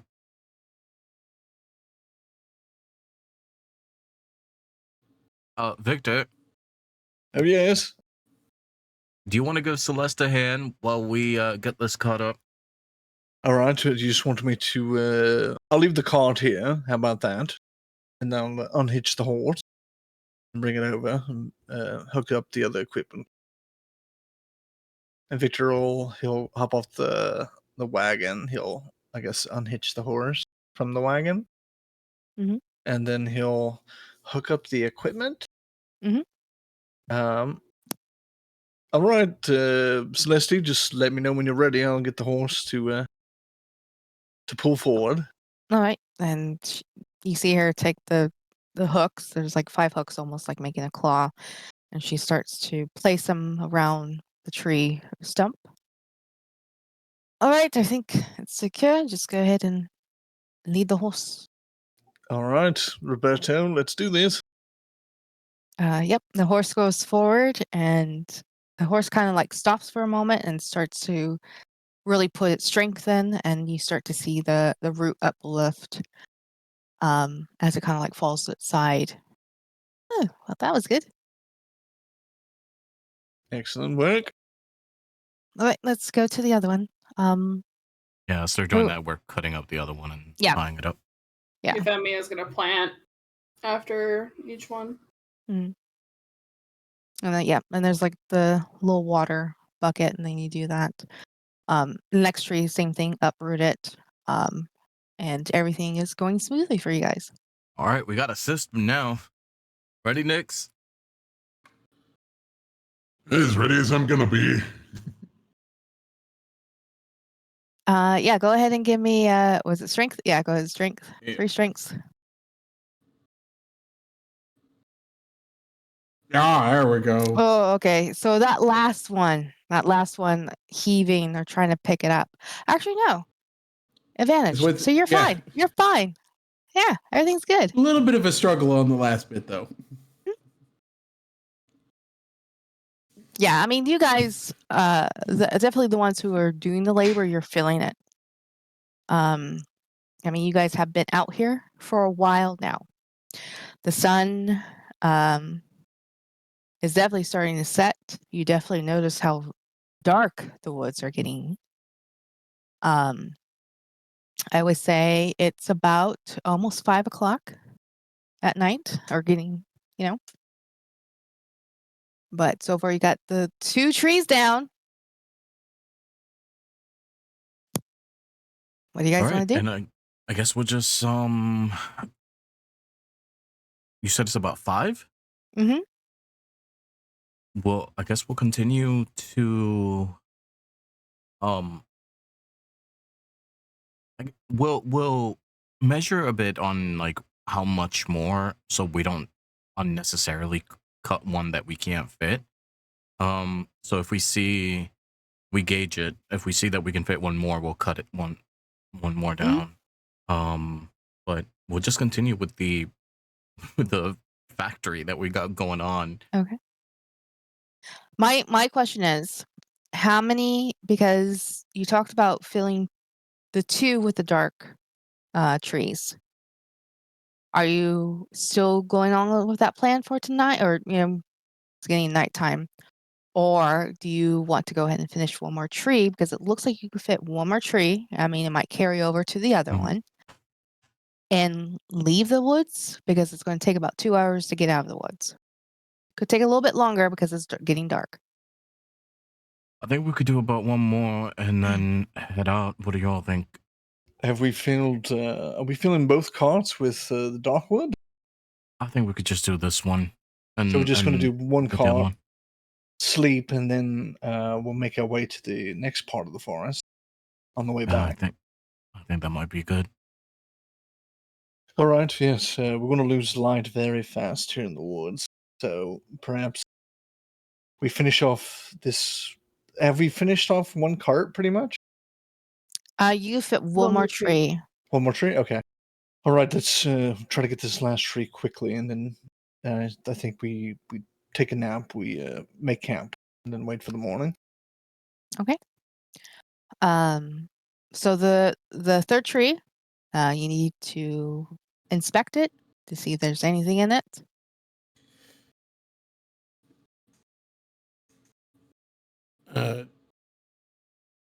Magpie going to be doing that while we're loading up this one?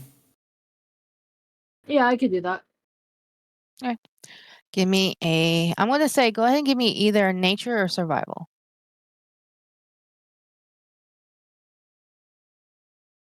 Oh, when you go up this tree, you see a family of squirrels.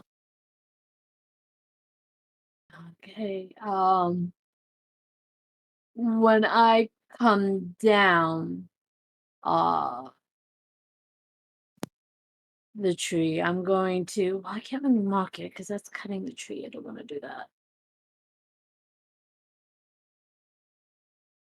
I'm gonna bring or wave down Celestine. Can you remove the rune on this one? It's not good for us to cut. Oh, I could do this. And then she puts a red X.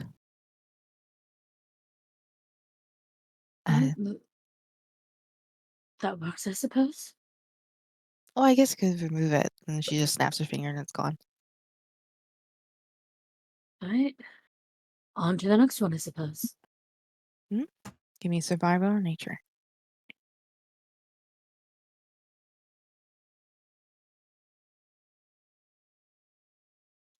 Getting up the tree is a little difficult. As you kind of climb higher, go ahead and give me another one. All right. You finally reach towards the top, keeping your eyes out and everything. And this tree it doesn't have anything living in it.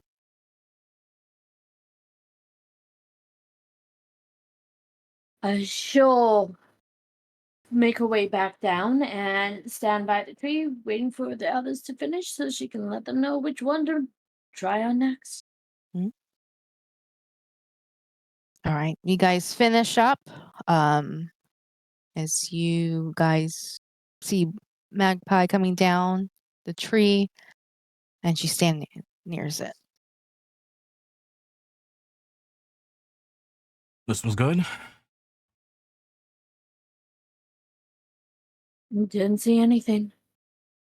Checked real hard, so should be good. All right, go for it, Nix. And Nix would get to chopping. Okay. But maybe, hopefully. Yep. Give me. There we go. As you swing your axe and you pull back, you notice that the head of the axe is in the tree and you're holding its hilt. It's like a deja vu of seeing Magpie.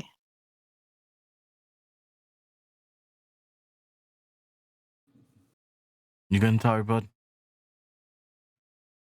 I may be doing a little more work than I should, but now it's personal. All right. Nix would grab another axe. I know I'm gonna do something I haven't got a chance to use yet. All right. What are you doing? Nix is going, thanks to his wonderful fairy powers, cast Enlarge on himself.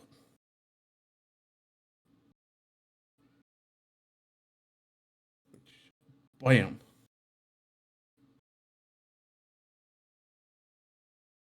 He'll be the normal size, but Yeah, you see Nix get taller and bigger. Holy shit, it's an 8-foot Nix. I'm gonna step over here now, and she's gonna Yeah. back away. Yeah, I just kind of stepped back as well. Like, this is one of the strangest things I've ever seen. Massive fairy. Technically, he would be 9 feet tall because it doubles his size. Right. Okay, give me Athletics. athletics. A fucking nat 20. Nat 20. I mean, that fits. As you grow in size and you pick up that axe, you give it a swing, and it just seems you cut the tree like butter. Without even swinging again, it's already falling. Congratulations, you just cut a tree like butter. Nyx would retrieve the axe head that was stuck and go, I should put this back together. Yeah, we should do that for the other one too.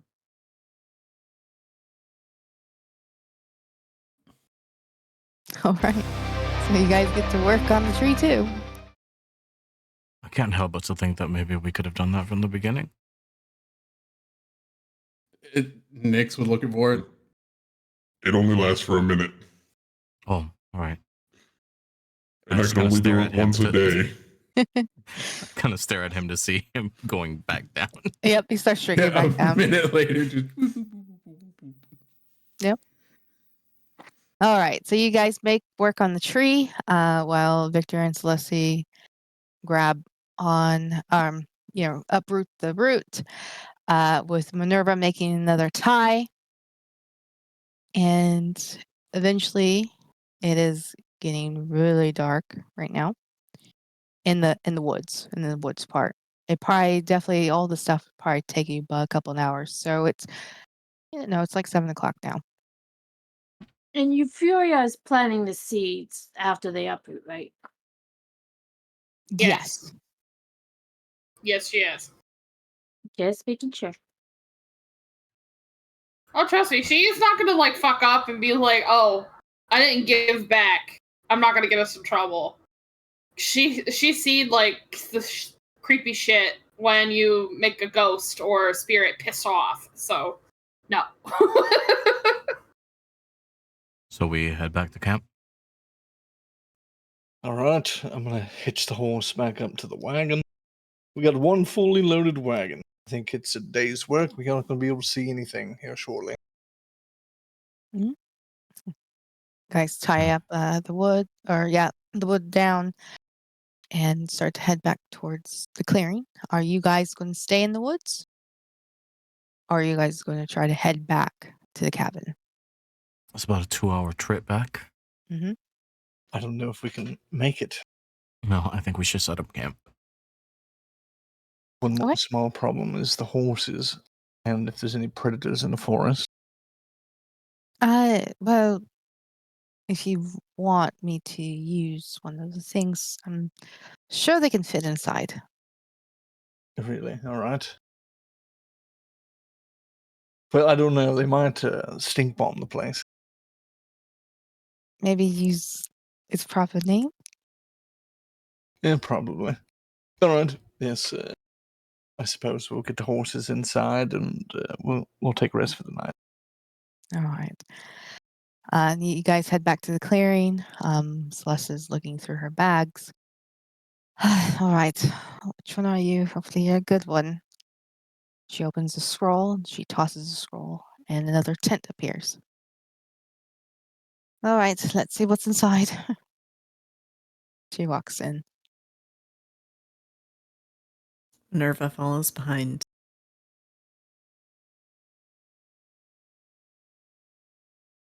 Yeah, I'll go in as well. Okay. I think Victor's waiting for the with both the horses to lead them inside. Whenever the doorway opens, I suppose. Euphemia's also waiting. No. I'll say the three walk in. And Celeste goes, well, this is convenient as you walk into a barn. Oh, it's a bit of a downgrade for us, but an upgrade for the horses. There are 10 rooms so you can pick your room. So as you walk in, it does definitely have that barn feel with the haystacks and all. In the middle, there is a nice bonfire going on. On the right hand side, there's a kitchenette with a with a couple of tables, and they are made like woodwork and everything. The horses kind of look around as whoever's leading them in. Nix, you would hear, huh? Do all tents do this? I don't know. Interesting. Do you think this hay actually is edible? Starts to walk over and starts to nibble. Yep, it's good. It's edible. As the horses start to eat, and there's like a water trough there.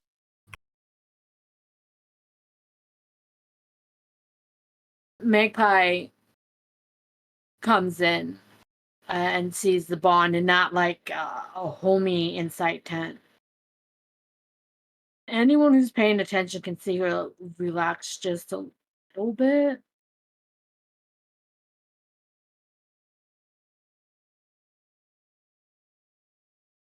I'm gonna see roll, see if I'm paying attention.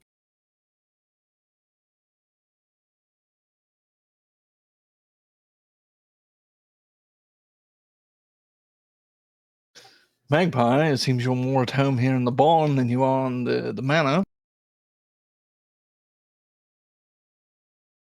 It's not my first time sleeping in a barn. More what I'm used to. If I may ask you, why are you so adverse to civilization? Why do you hate it so much? I don't hate it. It hates me. And why is that? I'm curious. Don't know.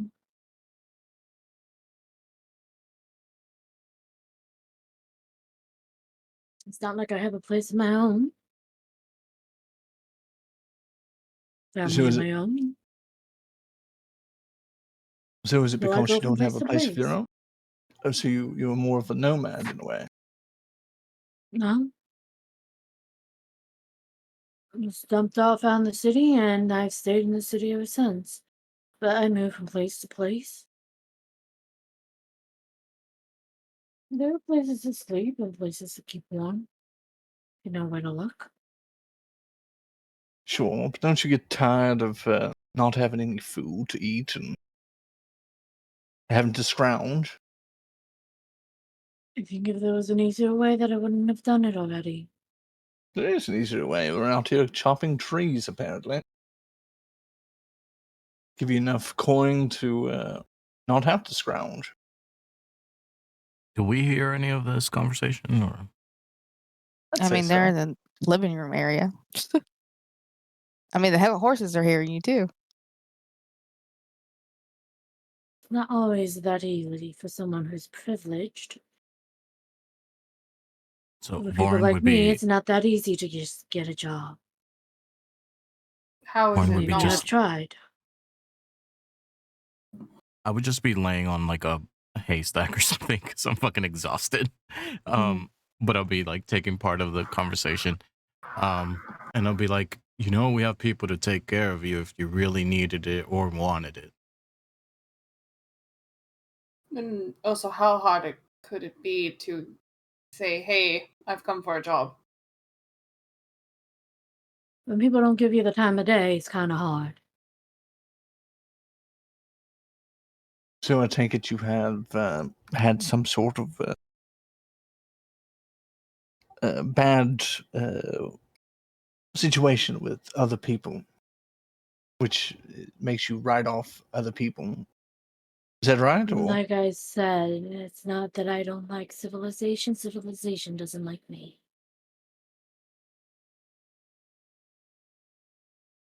Though I I'm not admit sure I'm about not very that. fond of people.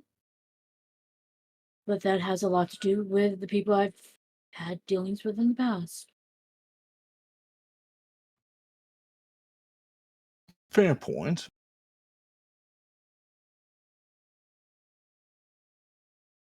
And she'll Get your kind job at the of. docks.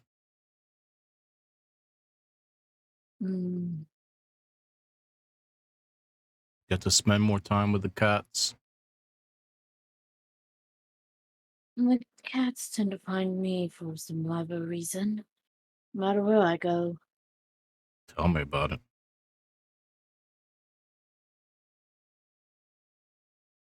Well, at least they keep you warm in winter.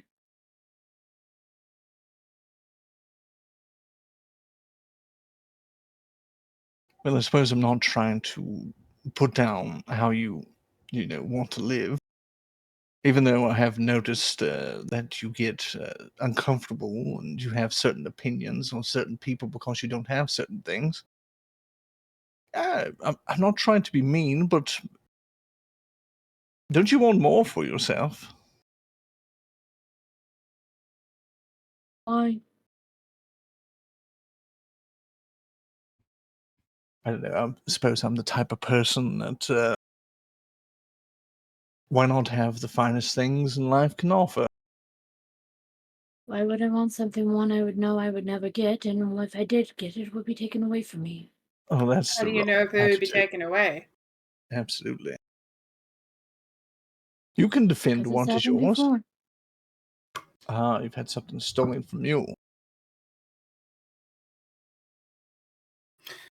Well, with enough work, and you can get it back. Something is never forever gone. If it's material. Some things are.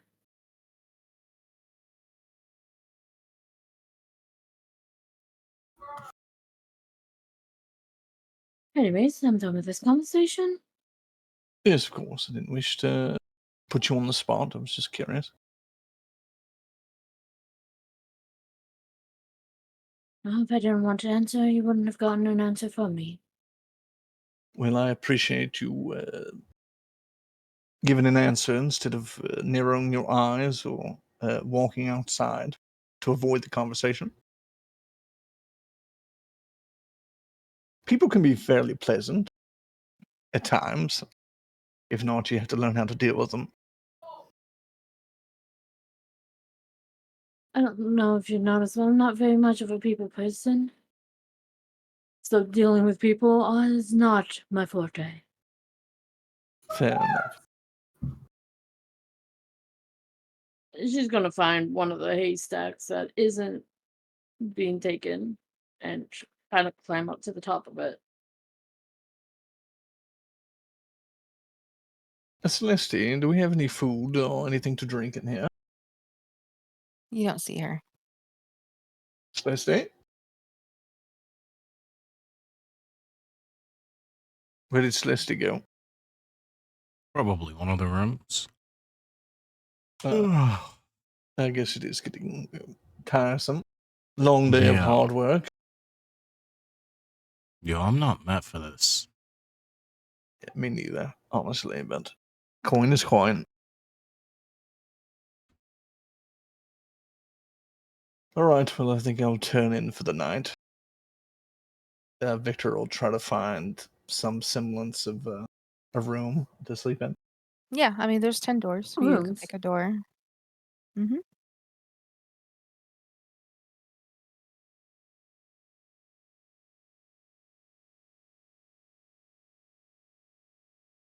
Yeah, Varn would roll off the haystack and find a room. Yeah, I mean, there Minerva it's would like also find a room. Yep. yeah, it's just in the back of the way. I mean, you look straight and you see like 10 doors. One of them, if you want to go check, one of them is locked. You're assuming that's probably Celeste's in there. But as you open the door, this one kind of feels little rugged. The bed itself is looks very comfy. You can see like the nice woodwork. There is a very deep tub filled with water. There's cabinets where you can get your towels and stuff. There you go.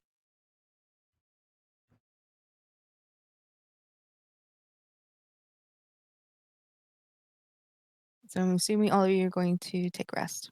Yeah, I'm just going straight to sleep. Yeah, I think Victor will too. Yeah. You guys had a very long day. Yeah, Nyx would just basically use the room to take a quick bath, get cleaned, and then head out of the room, just sleep up, leaned up against a wall. Okay. You all sleep very comfortably. You wake up the next morning. And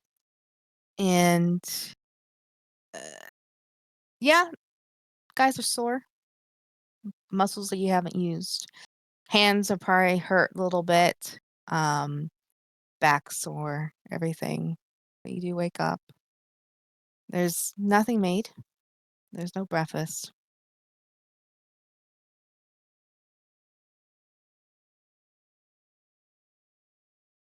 Morning. Is anyone awake? Yeah. Morning. Celeste, you around? The door opens. Yeah? Oh, I was just wondering about you. You went to sleep pretty quickly last night. Without a word. And I didn't want to disturb the conversation. No, you're not disturbing anything. Why would you think you were disturbing the conversation? I don't know. I guess everybody has a story. And hearing Magpie, she, I don't know, moving to place, haven't really seen, I guess, certain things that, I guess gave me a different point of view. So I don't know. She just kind of looks a little frustrated. What do you mean? Do tell. Go in more detail. You're frustrated with what, hearing the other side of the story? Or was it something that happened earlier? She looks at you.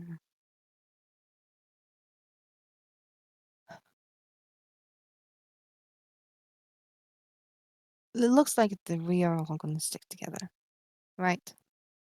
Mm-hmm. Each of us has unique abilities, as she kind of points around. These scrolls are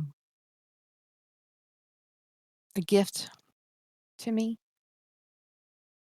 But I also have been alone myself, and being around people,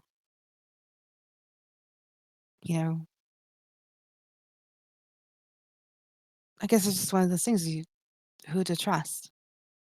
And I am trying to have people trust me, but it seems that people suspect me of certain things or who I am, and I answered as much as I can. And I also don't want people to feel uncomfortable. So I just don't know if I should just not use these scrolls or What do you mean? Not use magic? Why would you not use magical scrolls? I just don't want people to be uncomfortable. Listen, if someone's uncomfortable with use of magic, they can go outside and sleep in a tree. Us civilized people that are going to use magic, because one person's uncomfortable doesn't mean you shouldn't do what you have been doing for your entire life. Your scrolls are wonderful. Think about it this way. If we did not have a scroll for this tent, most likely the horses would have been eaten by a bear. We would have been out in the woods. The person that was still complaining would still be complaining. You're perfectly fine. Apologies for my abruptness, but I dislike it when people try to I don't know. Victor just looks very frustrated. I think at that point, Euphemia would come in and be like, "What's going on?" Oh, she was thinking about her scrolls making people uncomfortable, things of that nature. In my opinion, if you don't like it, sleep outside or go wherever the hell you want to go to. Be thankful for the gifts that she has provided for us. Oh yes. Otherwise, we'd be roughing it in the tents, and the horses would probably be dead.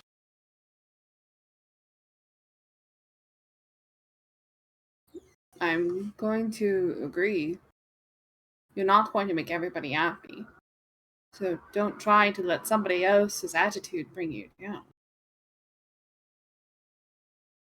Yeah, I don't know if this will help you feel better, Celeste, but you haven't done anything to me that would make me not trust you. Some, again, people have different backgrounds. So I will take people for what their word. Maybe that is foolish of me to do so. But so far, it's been fine. You've let me stay in your room in Velu when I didn't have a place to go. She nods. I guess we all walk different paths. We've seen so many things, different things. Depends on how old we were. You know, I've just been on my own since I was 14. Traveling with a dragon egg.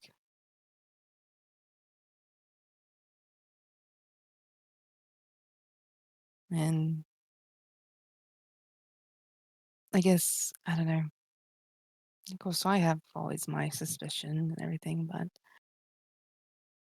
I just want people to be comfortable and not fear. And like I said, we're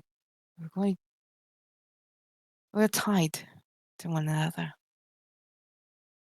And if we can't trust each other now, what's going to happen in the future?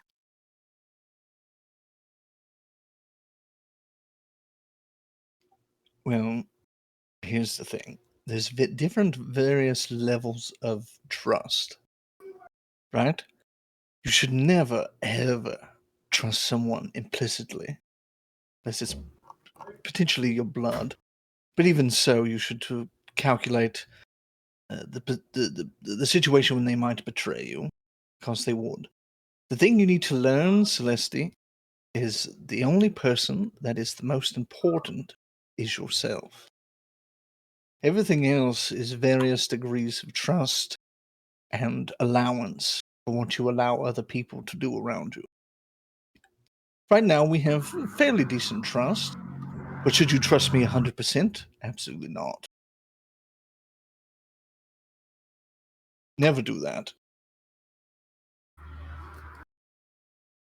For me, actions speak a lot louder than words. So unless you do something to me, I give you my full trust.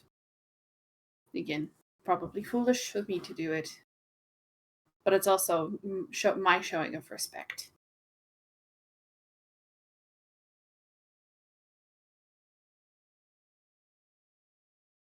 She nods.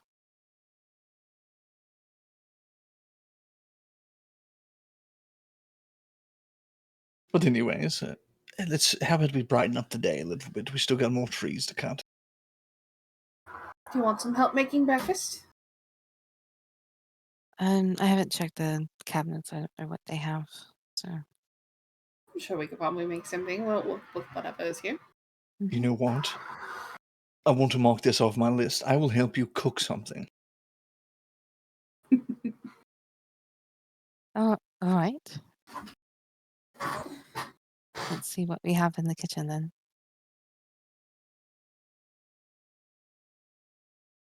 She walks towards the kitchen. She starts to look through the cabinets and starts picking out like different pans and stuff.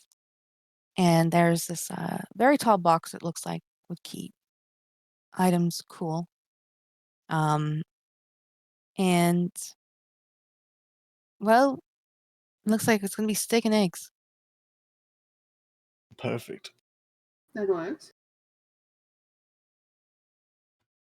Yeah, she Do pulls we, out these huge steaks. Is there any like oats to make oatmeal or something, or porridge? Maybe check that cabinet up there. He's gonna go check the cabinet she points to. Yeah, you actually see like a box or a container of oats. Next to it, there's fresh green and red apples. Ooh, perfect.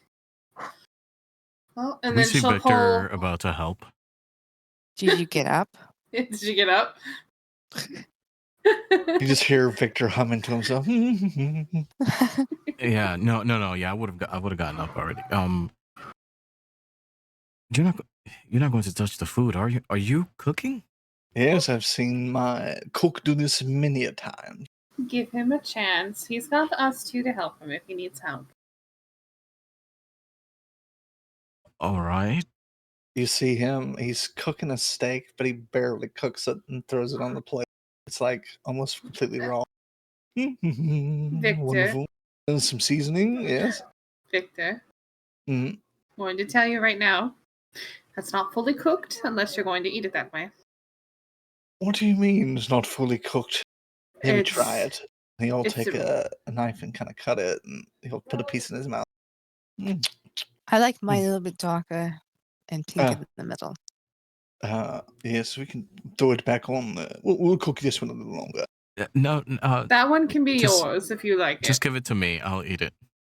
No, Oh, you This like is a- yours raw this as is- well? this is a learning experience. I like a little blood in my steak. Yes. Wonderful. And maybe cook it a little bit longer than that. All Yeah, right. like I'll take a look at it, and if it's like still like blue, I was like, no, wait, not this bad. Yes, you can put it back. Yeah, it's blue. I think it's fine. It's got the perfect seasoning to it. What did you season it with? Well, Yes. I seasoned it with some oregano that was up here. What other kind of seasonings do they have up there? Oh, there's different kinds. There's one that looks like a jalapeno pepper, but there's like different, like oregano. There's pepper and salt and stuff. Oh, some steak salt. Yeah, he'll put some Yeah. steak. I'm sure they don't have A1 sauce back then. So Probably not. Or Worcestershire. or some Worcestershire, yeah. I'm gonna take a moment and be like, actually, I know the perfect person to try this, Minerva. Oh my god. She pokes She her can't head be out. the She guinea pokes her pig head for out of her room, everything. her hair wet. She clearly just bathed. What? Do you want a bite? And he has a piece of the Victor's steak. cooking. We need a taste tester. You know barns are very flammable, right? Very true. She's pokes back into her room to throw some clothes on and heads out. Euphemia just shakes her head. She looks questioningly at the food that is being made. I look It's around delicious. at the fire comment, at the flammable comment, and I like shrug. I'm like, yeah, it's a little fire. Oh, I forgot the eggs. And he starts cracking some eggs and throws them on, I guess, the stove type thing. Euphemia will just be, make sure there's no shells in there. Oh, yeah. I start picking out a few of the shells. All right. But Euphemia's gonna take or cut up a couple of the apples and give them to the horses as a treat. Should I roll like a performance check to see how well I cook? You know what? Yeah, I want you to form the eggs. Oh god. With disadvantage for being a spoiled brat. Ignore him. Roll me performance. Ooh. God, yes. I Okay, like the so- spoiled brat idea. So as you cook the eggs, you're like choosing how you well depends on there's different types of eggs. You went for the scrambled part. You've Mhm. seen what scrambled looks like. But what you didn't notice is the fire was up a little bit higher, and then you kind of starting to see like darker spots as it's like burning. You smell that? Yeah, Is remember it, that? Remember yeah. that part where I mentioned burns are very flammable? Oh, I gotta turn this fire down somehow. Right there. There's a little knob. All right. Turn it down to 4. There we go. Is there like a kind of like a breakfast bar or something, or like just a seating area where I can watch this show that's happening in the kitchen? I Um, mean, Magpie's been watching from the top of the haystack that she slept in last night. I mean, if you wanted to, I mean the table is like right next to the kitchen, so you could probably pull in the chairs and sit and watch. Yeah, I'll do Yeah. that. Victor will All right. start carrying out like a plate of steaks and eggs. Yes, here we go. Everyone excited to eat. As he pulls out the eggs and steak, you notice that there's burnt parts on the eggs. The It's just pepper. steaks, the steaks have different colors. One is definitely blue, which that means it's really rare, to crispy. All right, take your pick, Master Chef Victor. I have various steaks of various cookness. Take the one you like. Mm-hmm. Minerva. Nyx would walk up and grab the rarest steak on the plate. Oh, I'm very impressed. Excellent. Minerva goes over to try and see if there's like a medium well or a medium rare steak. Yeah, give me a perception check.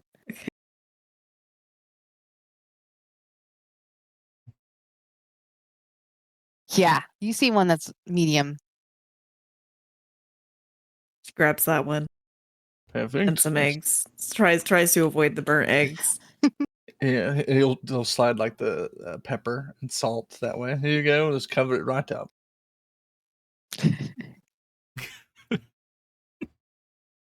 Victor puts like the blue steak on his plate.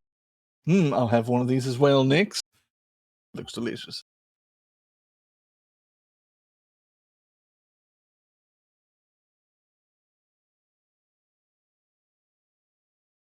I'm not actually all that hungry, but enjoy, everyone.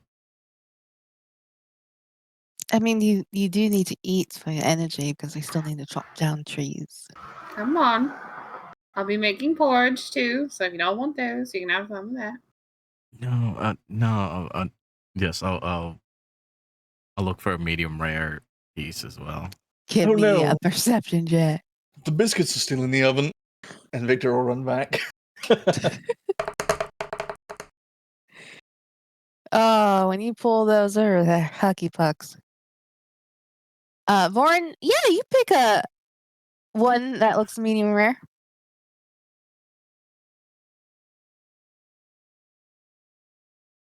I sit down with just the steak. I don't touch anything else.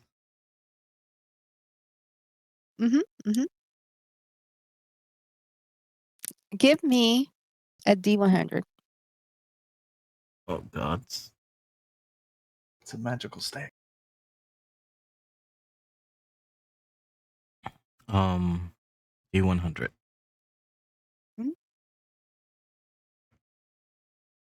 Okay, as soon as you cut into the steak, it's a little tough. But then you hit the center, you see it. It's not medium. It's really cooked.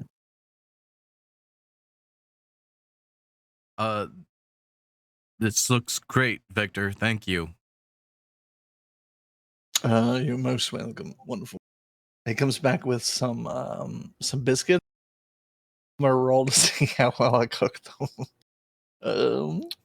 What is it? Performance? Mm-hmm. Oh God, these are gonna be bad. Yeah, they're dark. Oh, I think I've burnt them a little bit.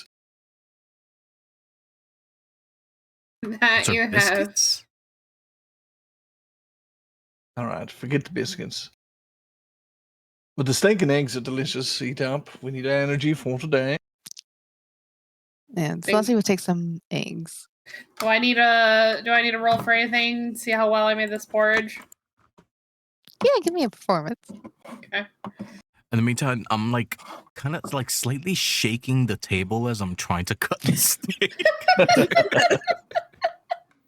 And then That- there's Nyx just ripping into the blue steak, not even using utensils. Yeah, your performance is wonderful. These are excellent oats. Or Yeah. oatmeal. Made She puts on a little porridge, show yeah. while cooking. Oh yeah. She's like softly like singing to herself as she's like making it and cutting up apples to put into the or as like as a topping.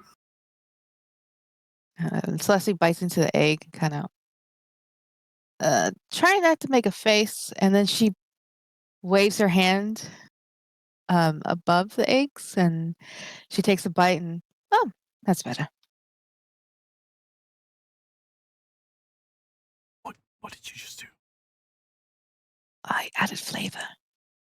Can you fix my steak? I don't know if I can fix it, but maybe I can add flavor to it. I could try. Ready? Anything can help. She puts her hands over your steak. All right, try it. I'll take a bite and just slightly shrug, like it's better. I don't think there was any hope for this piece of steak, but it's better. It does. There's nice flavor to it, but it's a little tough.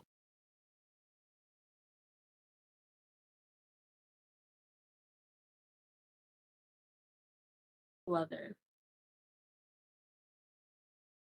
Minerva's just eating her food, seeming, thankful for it. It's not too bad.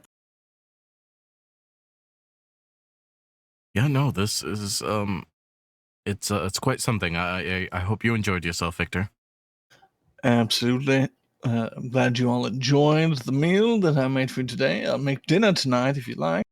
Oh no, you should probably take a break for a while. Oh, you're probably right. Does anybody want the porridge that I made? Didn't want to overwork yourself. Ah, yes. I'll take some. You know what? She'll start dishing out whoever wants them. Minerva takes like a little bit. But yes, you're probably right. I probably shouldn't tire myself out too much before we do the, hard day's work and all. Like, also, when y'all taste that porridge, it's like the best porridge you've ever fucking tasted. Mm-hmm. It's like next to what Jasmine made. That's a bold claim. This Wasn't is better, but really next good. to.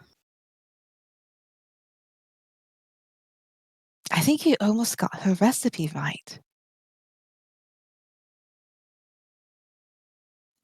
This is really good. Really good porridge.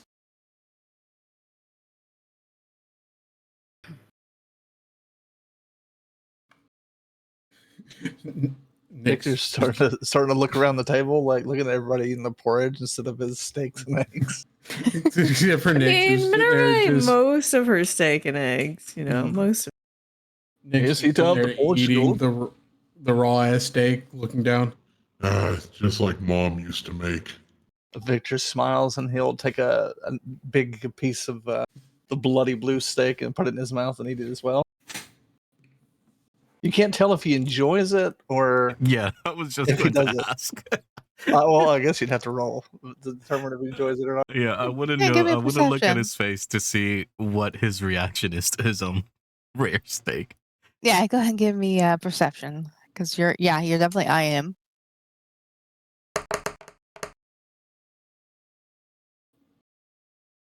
Your steak is distracting you. Yeah, I'm just like chewing, like like is my jaws popping? Oh, that's the worst. You should definitely try the porridge. Yes, you're right. For a moment, I look at the porridge and think about dipping the steak in it. That's a wonderful. That's like the same thought that Victor's having too. Oh man, steak and porridge with apples. It just needs a bit of moistness. Just something.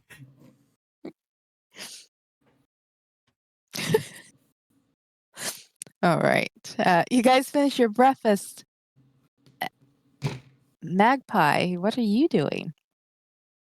I'm watching them all from the haystack. A little bemused by all the antics going on. But that's mostly what she's doing is just watching them.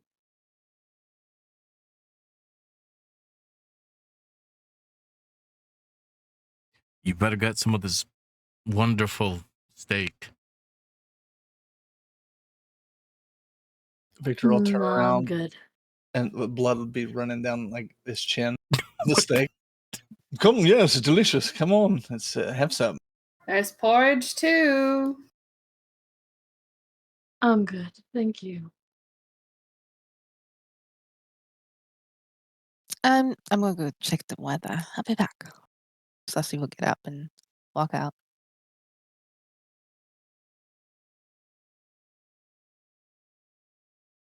Nerva just Right. finishes up her food. Looks pretty. She saves the rest of the porridge for last. You know, and finishes that up. Just so that you're left with that taste instead of the other. Yeah, I Maybe. get you.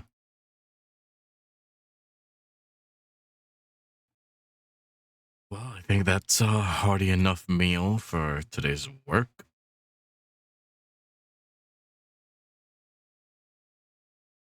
Yeah, I'd say so.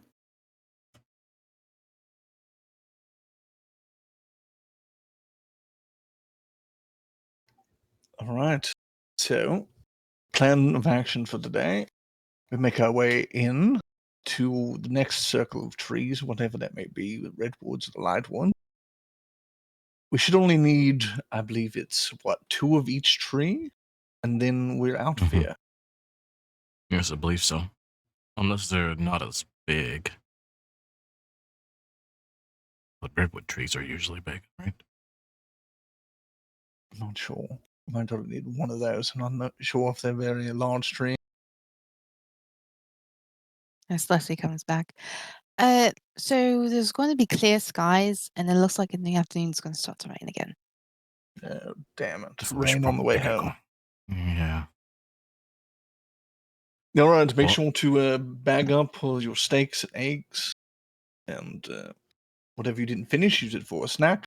And we get to go for the day. Yeah, sure. Victor looks very pleased with himself as he takes off the apron, puts it down. Somehow he found that apron, I guess. Oh yeah, that would be an apron. I'm sorry. I actually pictured you with like the ruffle apron. Yes. That's what I had in my head. Femia would give him a Mittens. pat on the back and say, "Good job." Excellent. Thank you so much. Chef's hat. Yeah, I imagine it was chef's hat too. Puts it down. All right, well, Right, let's we get our should, things. Yeah, not burn any daylight or before it rains. Cecily will get her stuff, get her makeshift sack of wonderful amethyst egg, and she will start to lead one of the horses out.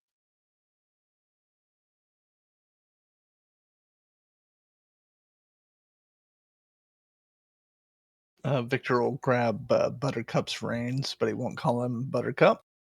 And he'll lead him out. At first, the horse kind of hesitates. It's all right, Roberto. We're going to do more work today. Walks out. I hope his name's Roberto. Did I change it? No, I think Ne- that was right. Oh, it was Roberto. Excellent.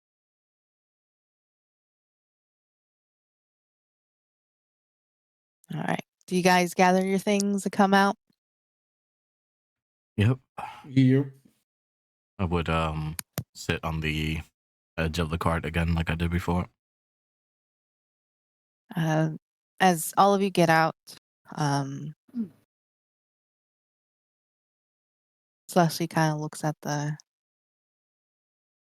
tent. Okay, where is that? Oh, it is. And on the side, she pulls something, and the tent completely just vanishes. Ah, there we go. Celeste, Yes. would you mind? Are any of those scrolls of the wizard variety? I am not sure, to be honest. Damn it! All right. Would you let me inspect one of them one of these days? Not now, but later. Of course, maybe. Why? Well, I'm Order of Scribes wizard. All wizards can look at a scroll and they can copy the contents of the scroll into the spell book and understand how to cast it. So potentially, if you have a particular scroll that I could find useful, I could use it for eternity and not have to use it on a scroll. Oh, I see. Mm-hmm. I mean, I guess I know the people or the person that made this gave it to me as a gift. Is it a series of scrolls or is it just one scroll that does things over and over again? Oh, no. I am down to 49 scrolls. Oh, so you have a bunch of scrolls. Yes, and the one thing is, I don't know what's in it. As you could tell, that today was a barn. Yesterday Oh, was a nice, you know, tent within a tent. Next time it could be. Oh, I hope it's not that one. oh. Well, I would like to study it at some point to see if I can figure out what it is, at least. Yeah, In the future. In the future. yeah, of course. If not, I can always contact the person that made it for me. That would be wonderful. I'd like to talk about all this with them. But we have trees for today. Yes, of course. All right, let's go ahead and I guess leave. So she will hop on the empty one. Yep. And you family will play more music as we're going through the forest. Okay. So Victor will you, have mist flying overhead as well. Keeping an eye yeah, out for things. yeah. It's she will keep an eye out. Your family will have a song going. You start to exit out, which also takes time, and then eventually you start to see the lighter trees.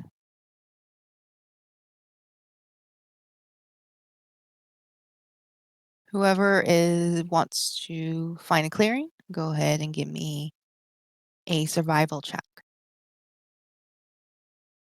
I suppose Victor would be still in the. I was still driving the cart, so I suppose he'd be looking as well. Survival, you said. Are we all doing it? If you're keeping an eye out for clearing, yeah. Mm-hmm. I'm not keeping an eye out for it clearing, but I am trying to keep an eye out for like wolves and other predators that might be coming up on us. Yeah, go ahead. You give me a survival. Vorin, no. Victor, no. Well, with your survival, I mean, there's some good stuff, but you don't know if it's safe. Magpie, you don't see any wolves or anything around here. In this place, it looks really beautiful. The trees themselves it's a light wood. It's almost like a very light beige. Um, and the leaves themselves is almost kind of a nice dark green. Um, I would say with your survival, yeah, you don't see anything. So this time around, as you still go ahead and look, go ahead and give me another. I'm sorry. Yeah, a perception and a survival check for the ones who are looking for a place.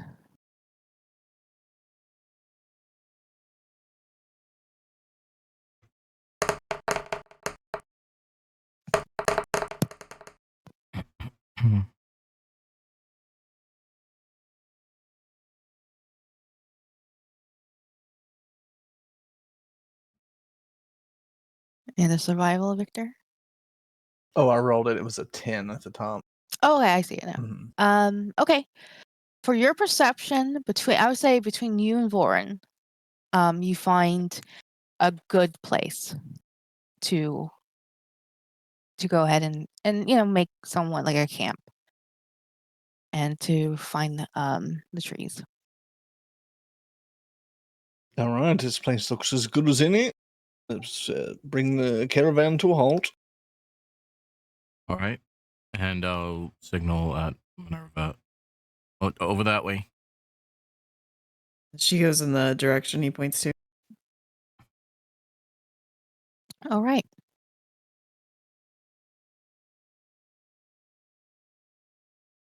So go ahead and we'll say for the sake, because you've been out here a long time, you pick out the trees, you cut them down, and you start to load them up. I'm going to say that you picked 2 really good trees, which you can actually fit. You can fit 1 more, and then go ahead and go into the redwoods. And within the redwoods, because Voren is right there, big trees. You can fit 2 as well. What would you like to do? So we can fit 2 of each, is what you're saying? Yep. The light woods are a little bit skinnier. So you could fit, like 2 and 2, or you can do 3 and 1. Meaning 3 light woods and then 1 redwood. All right.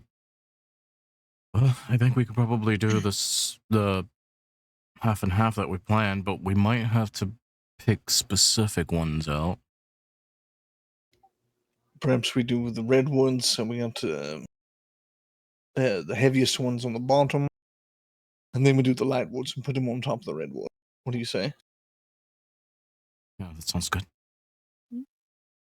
So you are in the light woods, so you would have to go to the redwoods and come back. Oh, darn it. Do you think it would matter that much, though, what order we put them in? It probably wouldn't.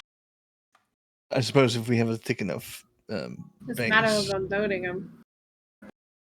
Mm-hmm. I suppose we could be all right. It was never really part of our job description to unload them, though, was it? You're right. We're going above and beyond. We just need to get the trees. All right, let's chop. Let's do these now, pack it in nice and tight, then we'll finish off with the redwoods.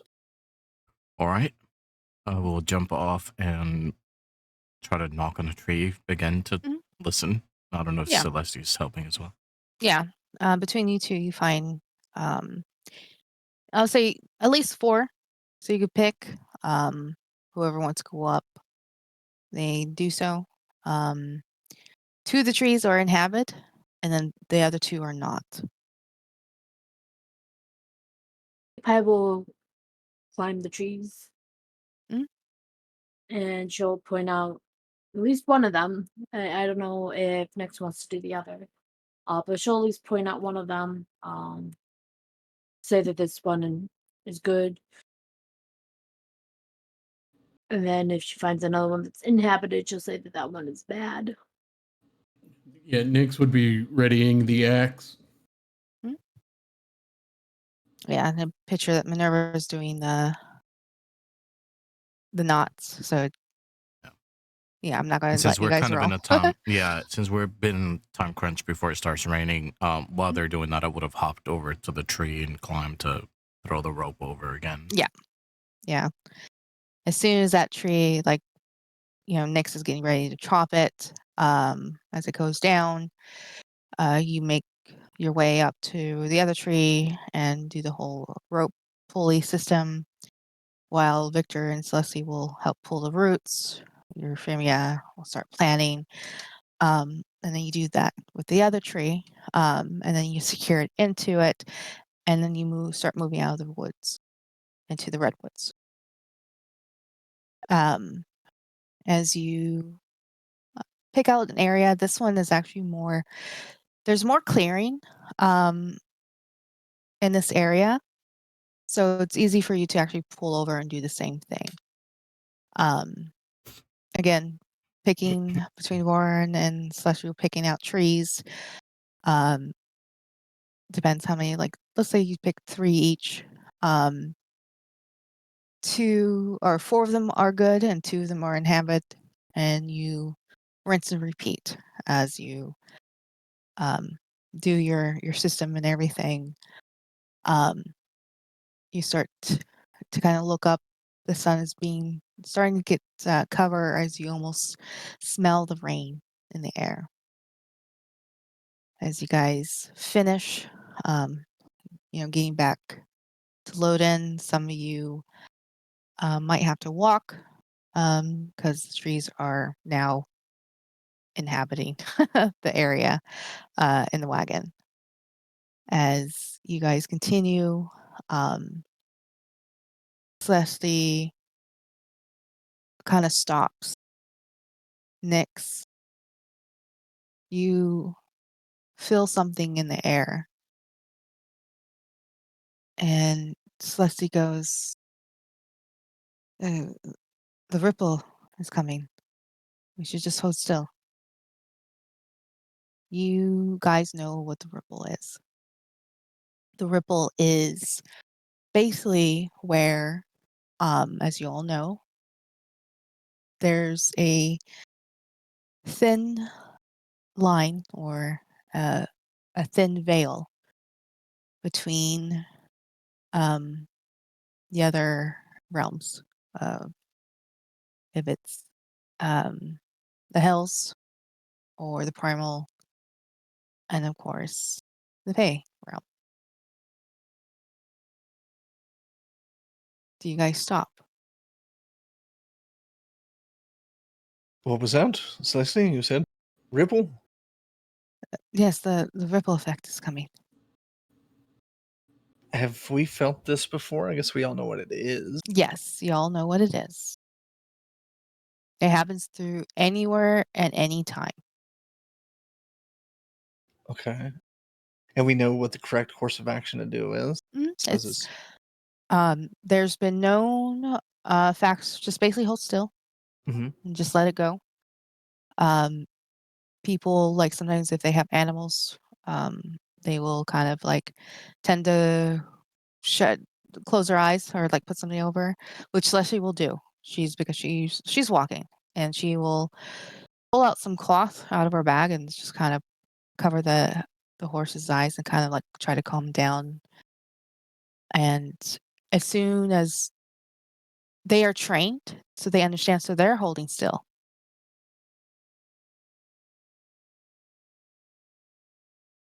Our Victor would stand completely still. Nyx would have a complete demeanor change fall over him, and he would be standing at the front of the group, axe out, waiting. Mhm. In your guys' vision, some of you might have been through this before, and some of you have heard it before. And some of you have never experienced.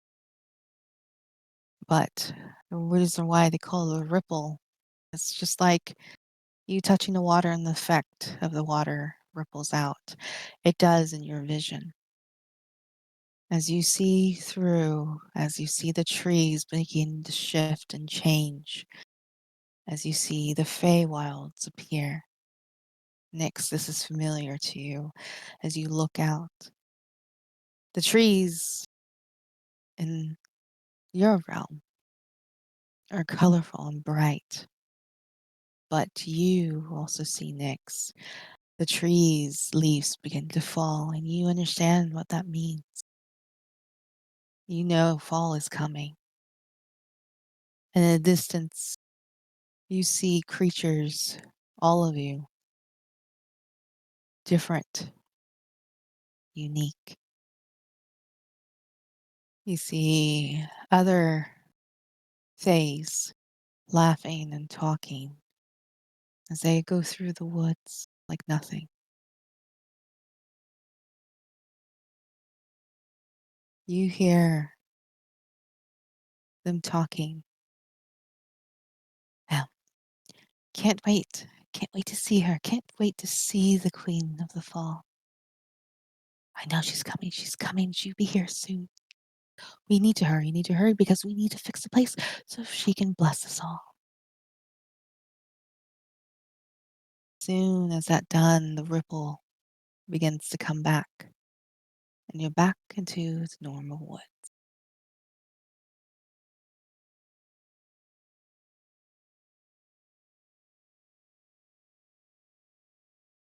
All right. That's done. Celestia will uncover the horse's eyes. It's not painful in any way, is it? No, not at all. Well then,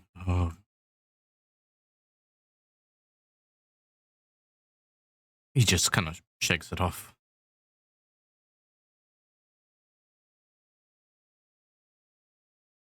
Where, what do you think the Fall Queen they were talking about is?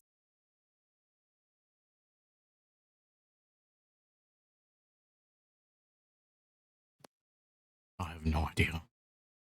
So, Celeste, have you ever heard of such a thing? I read some books when I was younger. I understand that there's two archfays, I think. One, well, basically, I think both of them are queens of the fairies, but they both have their own courts. Let me see if I can remember. One is Queen of the Dawn, the other one's Queen of the Dusk. But they still have like summer and spring and fall, winter, something like that.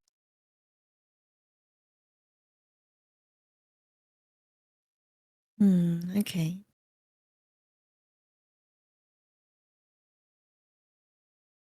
I think they're sisters too. Not sure. I need to read back on all that stuff. Would Victor know anything about this? Would he know? I don't know. He reads a lot. Would he read anything about the Feywilds? That's the question. I don't know. Can I roll history to see? Sure.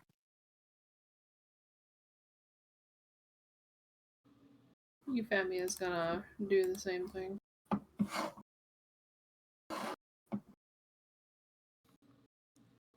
All the while, Nyx is still stood perfectly still with a death grip on his axe. We do have someone from the Feywilds right there.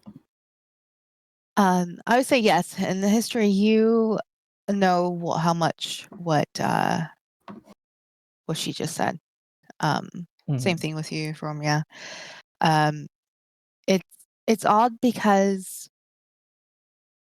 even if you trying to remember and everything, it just feels like there's so much knowledge for the Feywilds, but there's also not enough knowledge. But knowing that there is a archphase to them, there is a Dawn Court and there's a Dusk Court. The Queen of the Fall, which one of the fairies have mentioned, she is definitely Queen of Fall and Winter, and she is from the Dusk Court. Do we know if like the particular like alignments? Do we know if they're both good, or is one better than the other? One evil, one bad? Do we know anything about that, or just no? No. Okay. Interesting. So something's going on in the Feywild.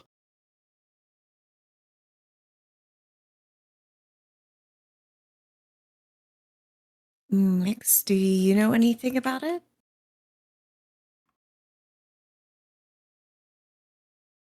Nyx just doesn't respond.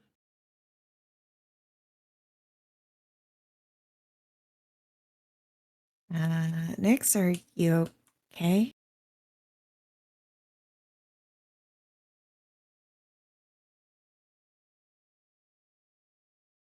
Next. Again, Nyx has just stood perfectly still with a death grip on his axe. I think Euphemia would like climb down and kind of try to gently like tap him on the shoulder. Don't know if that's a good idea. Do you have any better ideas? Is he broken? She's still Need going to keep to an eye on attempt to him. gently pat him on the shoulder.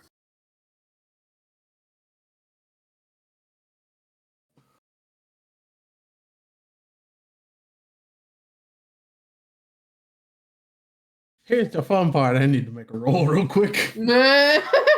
Oh boy. That's why she was warning you. You don't touch people, especially if they have a weapon in their I hand. mean, what else are they supposed to do? So, as Euphemia would be reaching out to him, she would feel a cold chill coming off of his body.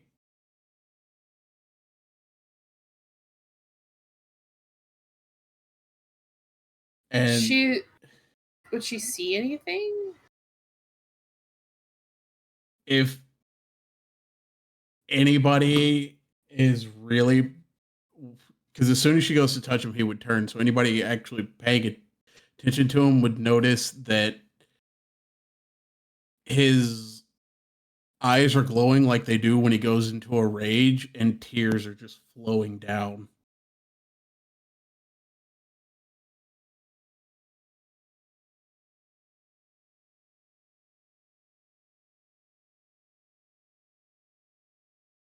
Does it look like he's going to attack her?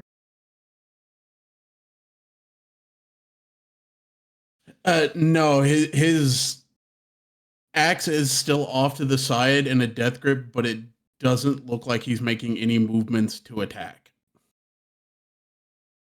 Okay. Nyx.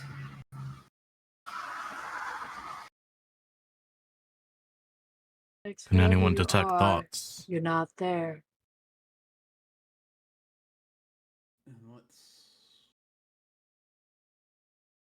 You're still here with us, taking the carts, cutting down wood.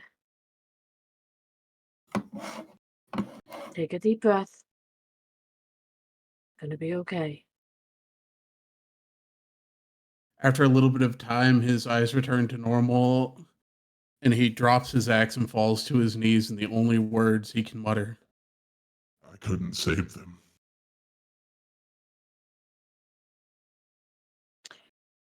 Magpie will look to Euphorium and Euphemia. sorry. But she'll kind of give her a nod and kind of like it's okay to like touch him now. She just kind of looks, doesn't really do anything to Magpie. She just looks down at Nyx and kind of just rubs his back. Come on. It's all right.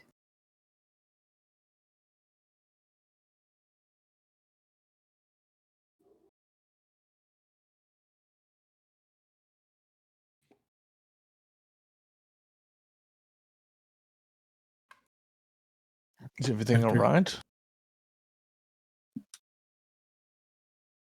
Victor will kind of After- start moving towards where they're at. After a few seconds, Nix would regain where he is and just kind of in a bit of shock. I really can't stand those things.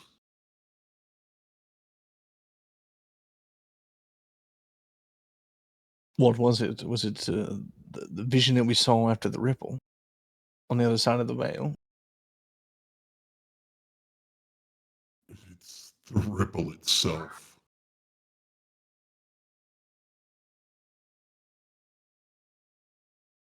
If it weren't for these accursed things, my home, my family would still be here.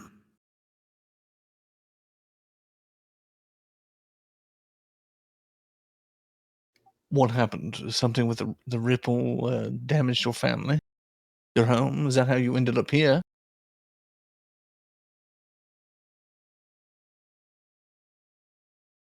These ripples weakened the veil enough. These humans at war to invade destroyed my home, my family, everything. And I swore to the Raven Queen I would not ever let it happen again.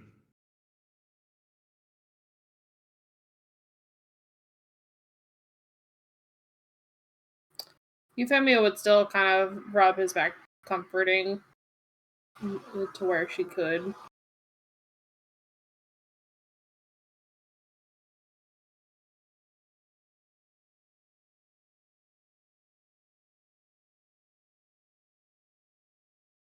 So are you saying that people can traverse through the ripple when it happens?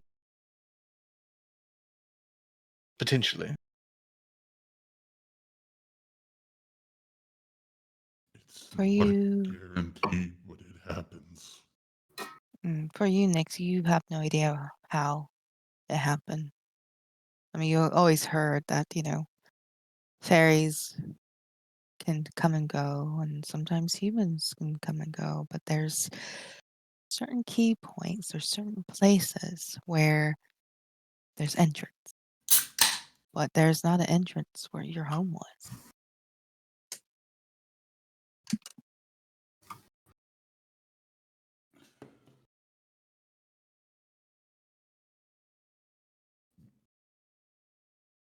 Nix would eventually stand and try and compose himself.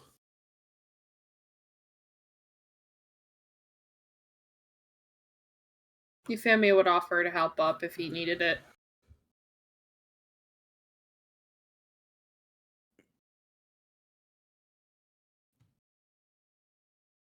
He would acknowledge the gesture, but stand on his own and then pick his axe back up and put it back into the carrying strap on his back.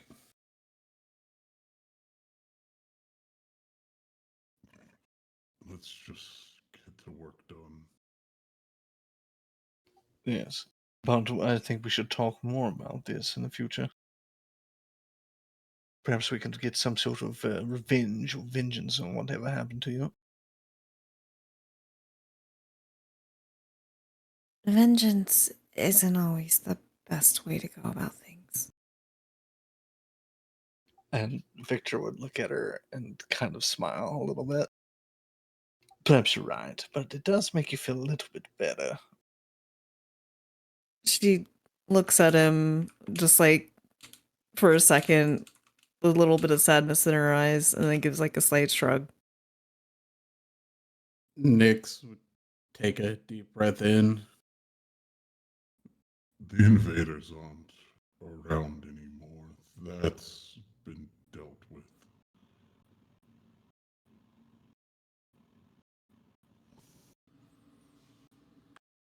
Well, that's good at least.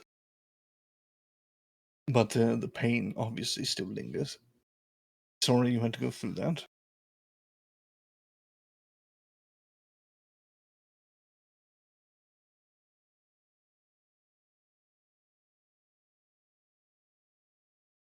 But anyways, we have some trees to continue to chop.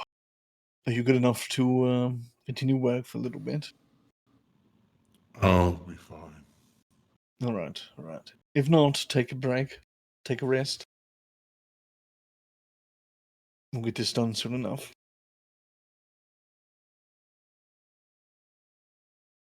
All right. You guys picking a spot in the redwoods. You chop down the trees, you rinse and repeat.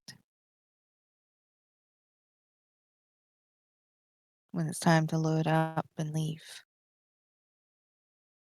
just almost like behind you, you kind of almost hear the rain coming. As you see ahead of you, the cabin. The horses lead up to the spot where they drop off. Art comes out of his cabin. He has looks like a cup in his hand as he takes a drink. Well, you did a good job, I see. And not too soon, the rain's going to come this way. So let's go ahead and unhitch these, and I'll get Rocky to start to investigate on what you all did. I do have a Wonderful. question for you. Do you guys need to stay the night? I mean, it is going to rain. Like I said, I'll provide food, dinner for you guys, and everything. Victor would look toward the group and try to gauge what they're thinking. What do you all think? You think we should stay the night? Right. Be caught up in the rain if we can avoid it. All right. Yes, we'll. If everyone's on board, we'll take lodging for the night. Thanks to your hospitality. Perfect. If you guys help him get the horses underneath, like a barn for them, and then start to get the wagons in their location. Rocky starts to inspect the different woods. In the meantime, then they go ahead and show you where you guys are going to stay. You follow him. It's not near the house. It's actually away where you guys saw like other cabins, and he goes to. There's two different cabins. They're separate.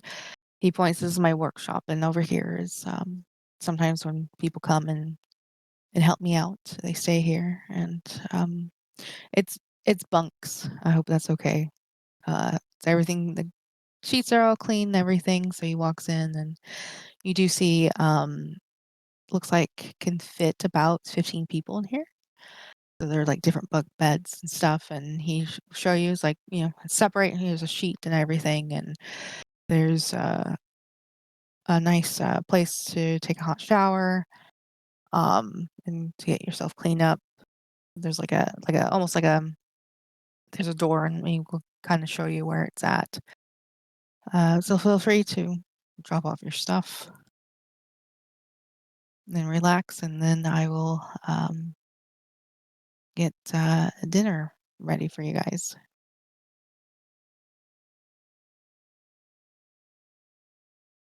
All right, wonderful. Yeah, sounds good. Victor would go to start cleaning up himself and getting dressed and getting ready. He will walk out, leave you guys to everything, and he will go up to the cabin and stuff. So in the meantime, you guys can relax a little bit, and you can head towards the cabin when you're ready.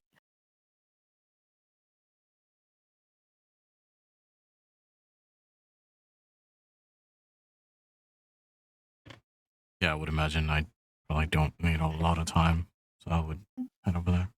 Yeah. Yeah, you guys would like pass where Rocky is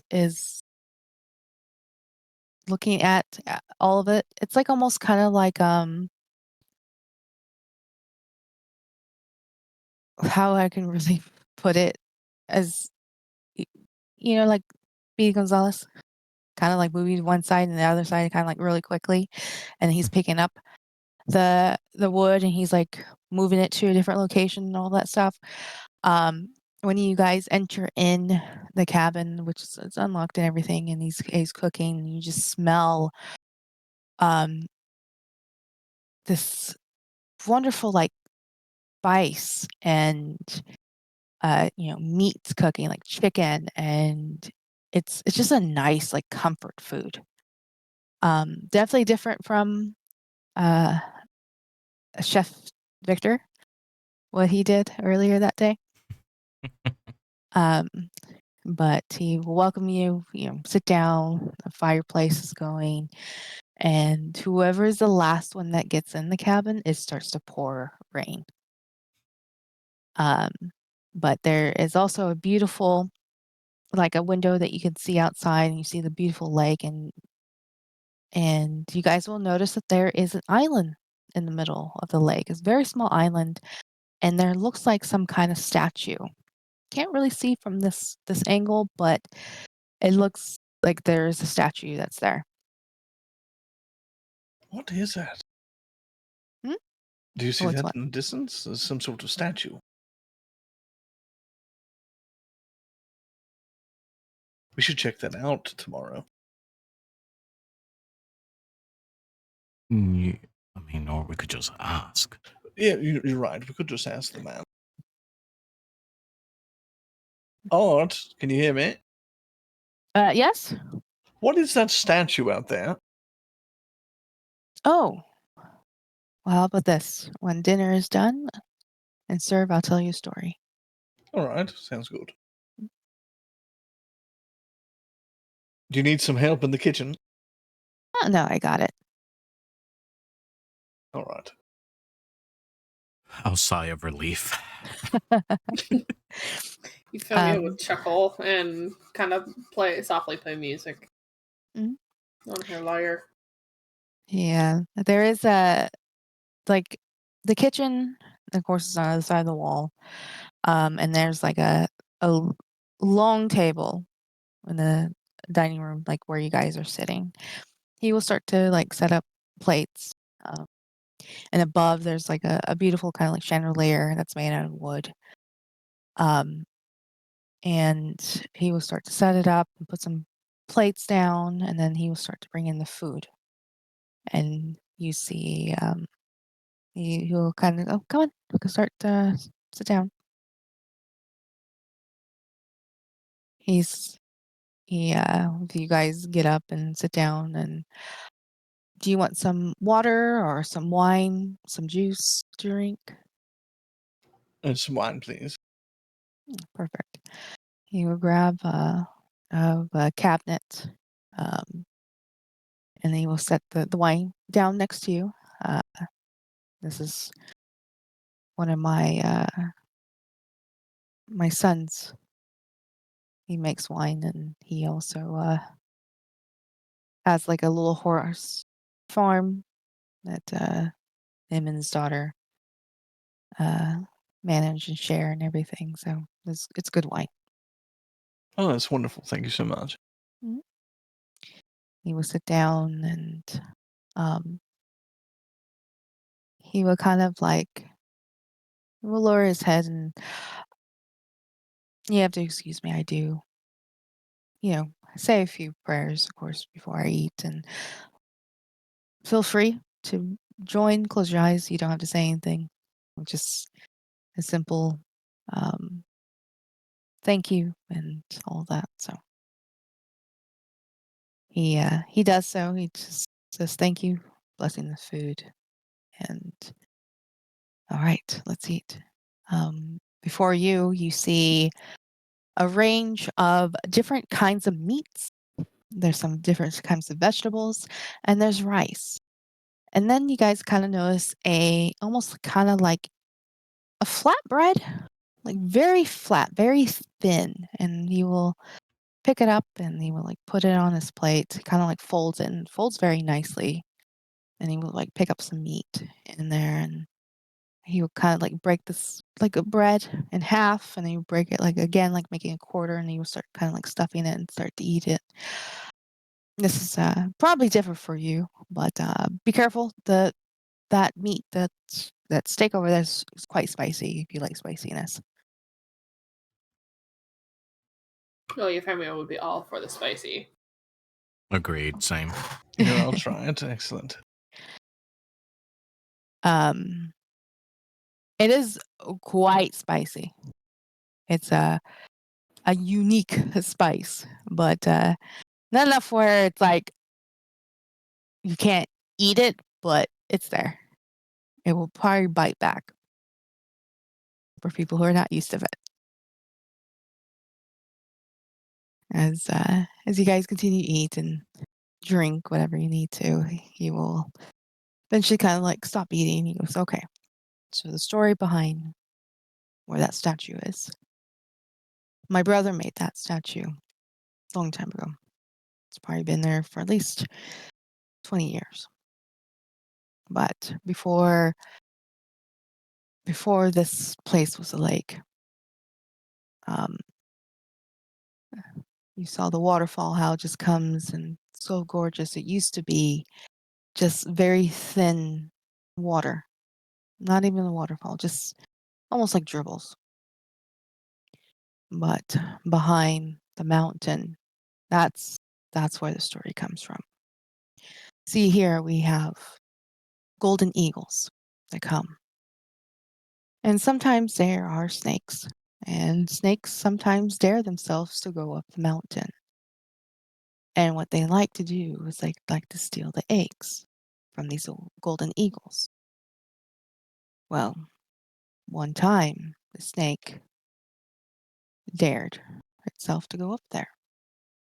And this mama eagle was tending to her eggs. And the snake was lying wait until the mom left.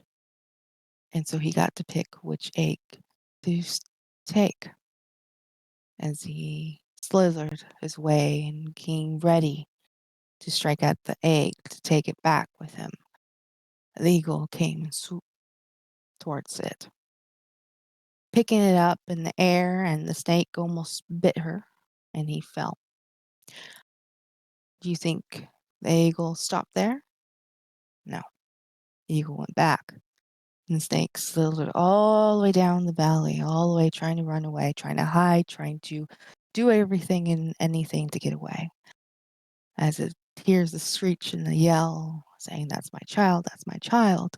The snake was trying to apologize and says, "No, no, no, this is it," as the eagle yelled.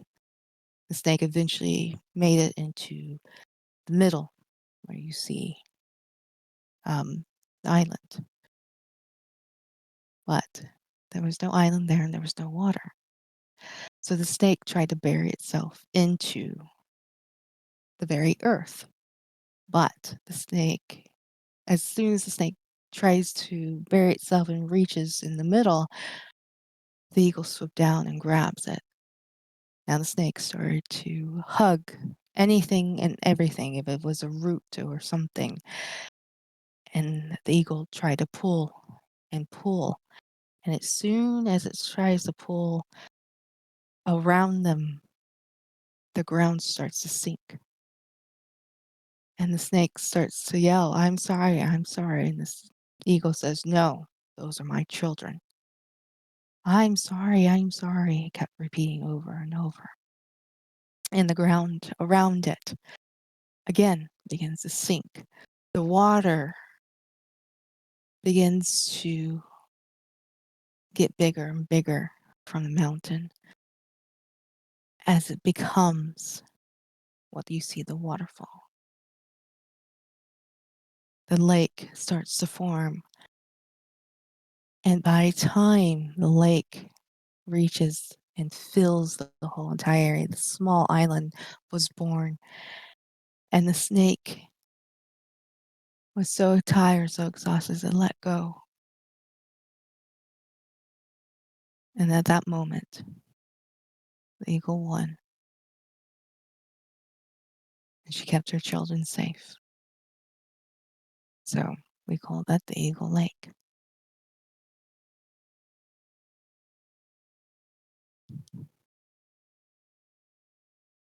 So I guess Well, the moral of the story is watch what you try to eat, because something could bite you.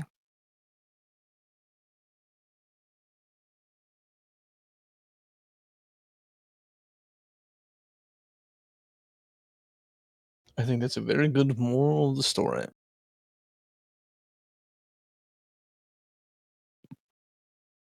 He nods. I used to tell my children that all the time.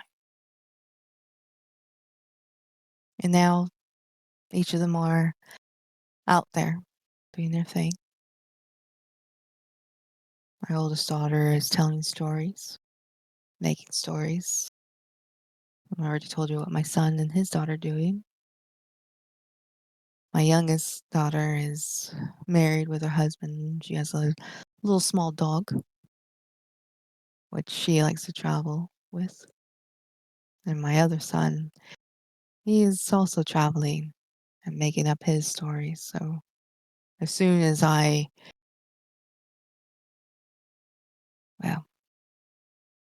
I want to retire so they can come here and visit and relax.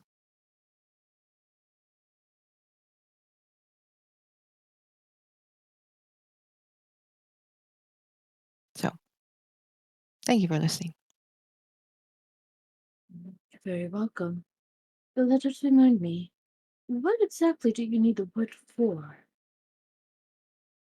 Oh, well, I make wood carvings and furniture and little trinkets here and there. See this table? I made this. I made this home. All the cabinets you see, I made. The couch I made. Made everything. And then I just want to basically just finish up what I promised people so they can pay me, of course. And then, of course, I have some things in the workshop, and there's people who come and pick up their items. And then after all that wood is done, I can retire.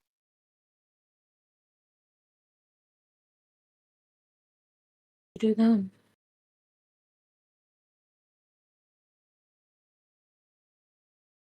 Oh, speaking of payment, I need to go talk to Rocky. Be right back. Oh. Did you say something?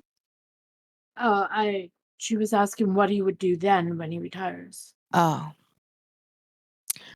Well, fish. Just relax. Maybe see my children come and visit. I do time to time go to the city. But sometimes, these hands can only do so much.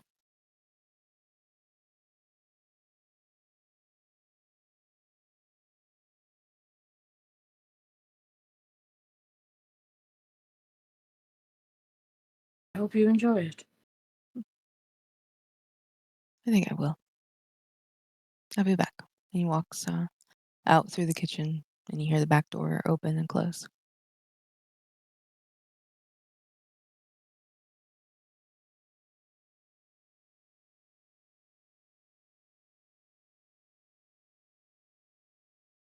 About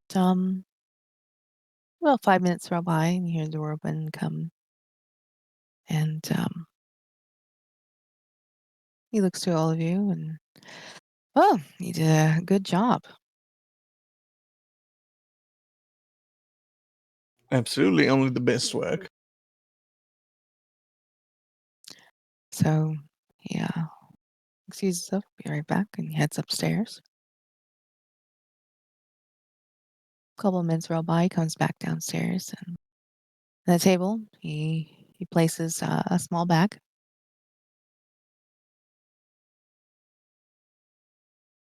It's only appropriate that each of you, and well, hopefully you can split this. There's 10 gold each to you, Oh, and I threw in another 10.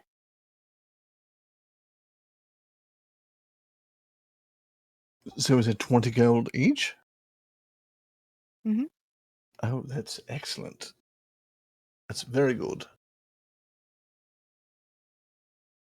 Oh, that's a lot more than I thought it would be. Are Yeah, you quite Bourne sure? kind of perks up after being just looking exhausted.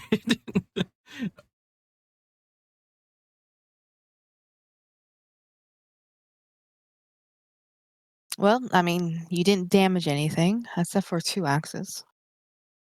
And that's fine. They were at its end anyway. Um, the horses are fed and you're good. There's no damage to the wagon. And I understand there was a well, there was a ripple, so that only I think I've seen like 3 of them in my lifetime.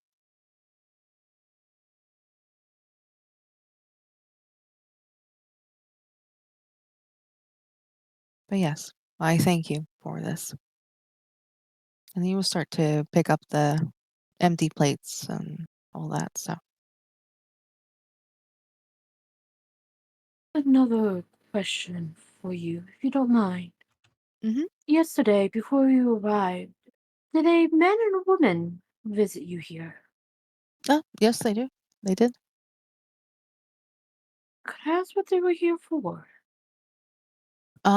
They let's see. I think it was about 2, 3 months ago. They wanted a certain box made, which I told them was going to be very tricky for me to do, but I did it. So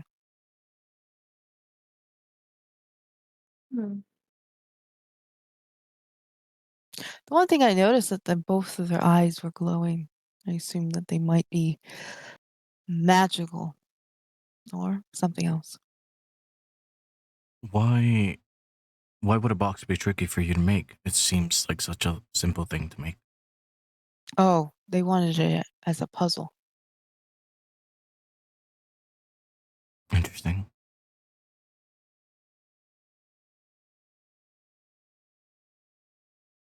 But I made it. He looks very proud. Must be Tricky very, puzzle to very skilled. solve.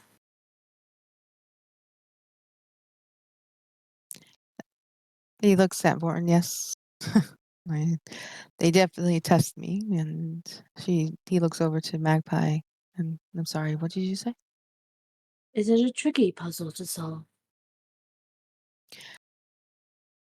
They they said that they wanted a item to be safe, and so I made them a specialty puzzle box. Only they would know how to open it.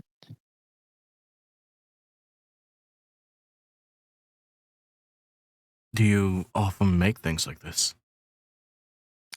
I could, um, for a price, of course. Yes, of course.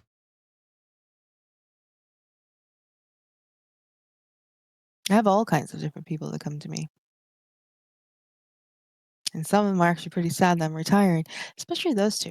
I've actually helped them, like, I think this is the 5th time I helped them.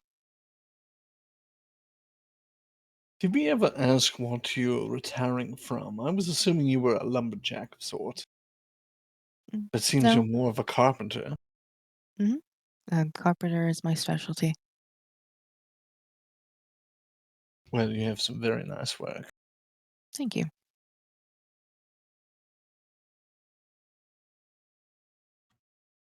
And have you ever made bows with your work before? I've done some bow work, but I haven't done anything recently.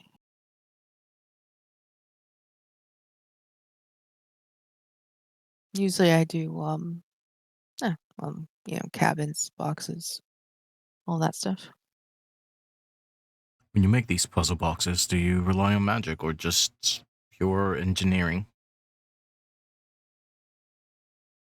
It's oddly a little bit of both. I am not a magical person, but I understand rune work, Hmm. and I could put that together, and then I give it to the person who wants it, so I won't know how to open it. Oh, I see. Yes, I mean, think about it. If people find out I know how to open it, I probably have to move like 10,000 times. Yes, you'd be more dangerous than anything. Mm-hmm. Do you often? I like trinkets and such, so I'm just curious. Do you often work traps into these boxes, or is it just pure puzzles? Depends on what the client wants. Here, I'll show you my workshop.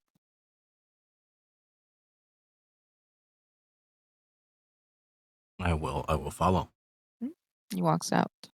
Anybody who wants to follow, they're welcome. And makes his way to his workshop and unlocks the door and everything. And he goes, wait 1 second. Okay. Enter. As he opens the door and allows you to come in. His workshop looks very neat. You see different kinds of chairs. I mean, it's a huge workshop for this. And you see different tables and chairs, different boxes, cabinets, anything and everything in here. And you take a look, and it's like one of those things. It's like your neat and tidiness wants to come in, but there's nothing for you to correct anything. It's like everything is in its place. Right. And he will show you like different boxes, like jewelry boxes and everything. And he will go to one of the boxes and he will open it, and he says, "This is basically a jewelry box, you see." But this here, he kind of tilts it. This is a patented, so trust me, this is going to probably change whenever I go back. But he kind of like clicks on the bottom of the thing, and he turns it back over, and at the same time, the bottom part slides open. See, you can keep another item in here, so you could put all your fake stuff and your real stuff at the same time. This is very interesting. Um, while while I'm in there, is there anything that remotely resembles the box carried by, like, Give me same a style? give me a perception check.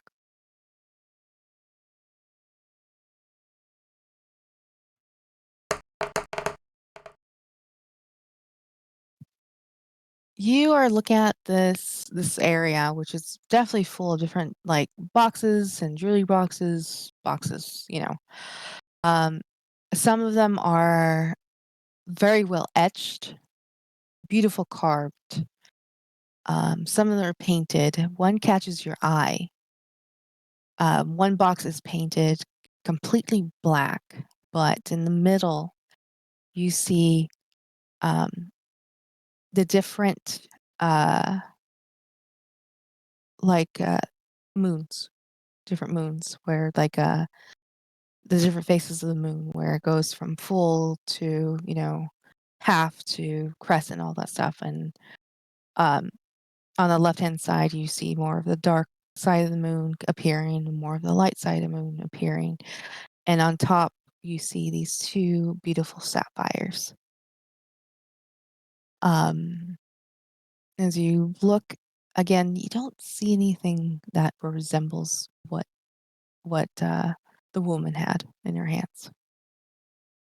Is there anything that might have the three daggers emblem anywhere? You do see it. On the back side of the wall, you see 3 daggers with a gem. But you also see a symbol with a sun with a halo. You see another symbol, 3 phases of the moon, with a book. You also see a moon with a wolf howling. You also see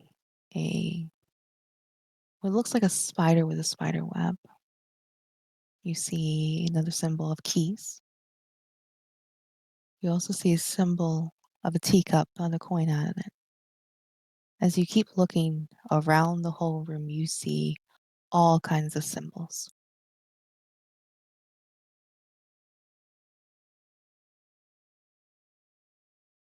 Like you see the raven's head. You see. Yeah. Mhm.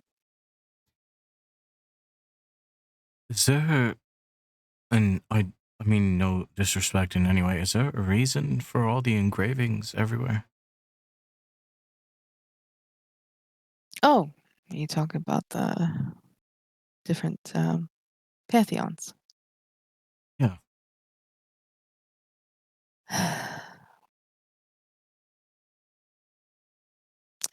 I don't know if you believe me, but I met some of them. And oddly enough, they wanted me to make them something. It's something simple, nothing too big. Each one of these. Not each one, but, or maybe they are. So I decided just to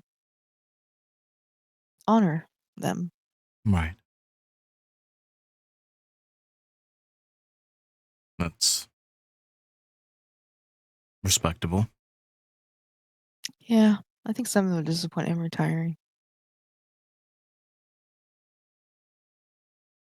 I can only imagine that help is hard to find sometimes. That's all right.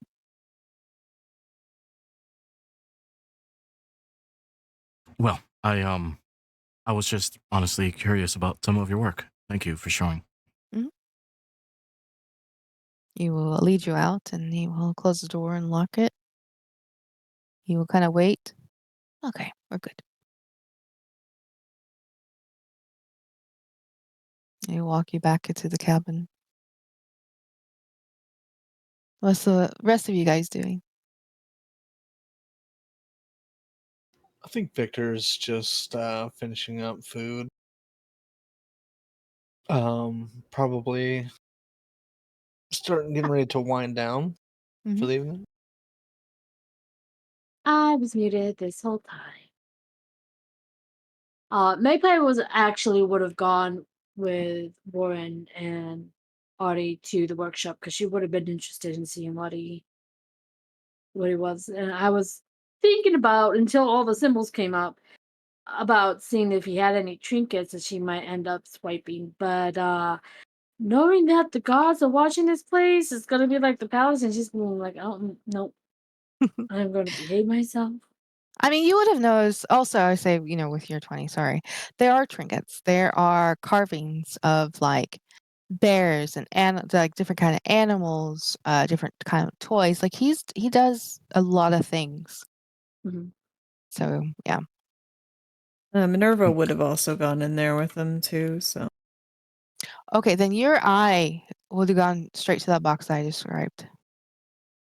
the one with the moons on it. Yep. Euphemia would have just would have been winding down, just relaxing and playing music in the house. So we can back up before everybody left. So if you guys wanted to say anything while they were in the workshop. And Minerva would ask them, so this box over here with the looks like moons all over it. What compelled you to make this? Oh, this, well, somebody asked me to make this for them. Oh? Is it Yeah. like a puzzle box kind of thing like the others did, or is it just a regular box? This is a regular box. I just know that they wanted it to be made, and I think they're either gonna be here tomorrow or the next day, I'm not sure, to pick it up. I see. Okay. Yes. Let me see. I remember who it was. He kind of like looks at it. Oh, I think, what was it? Amaris, something like that. Wait. Did she kind of looks at him for a second, squinting. I'm sure it's just coincidence. Yeah, of course.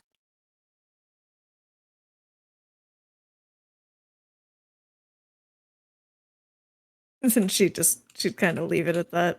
Mm. Oh. It seems that it's getting late, and we're actually lucky the rain stopped, so probably need to head back inside. I mean, feel free to come, I need to clean up and wake up early in the morning. Thank you, Audie. So again, make sure everybody gets out. He locks the door, waits for a moment. All right. And head back inside, which you hear music playing. If some of you are going to back to, the little cabin with the bunkers, feel free. Art's going to clean up.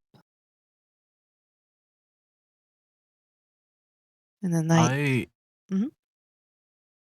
I kind of want to ask Minerva what the fuck was that. Do you ask it in an Art's cabin, or do you when everybody No, like goes ask back? like while we're walking out, yeah. Okay. Before she retreats to her room or anything like that.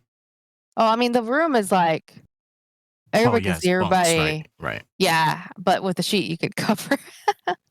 Well, no, I just before we go to the room, I will stop her and just curiously be like, "What was that?" Well, Amaris is one of the two goddesses of the moon. She represents the dark side of it, and it's just. I mean, he did say that some of them have come to him and asked him to make things, but he obviously didn't seem to recognize the name and who it might be. Or maybe he's just not giving you the information. Yeah, that too.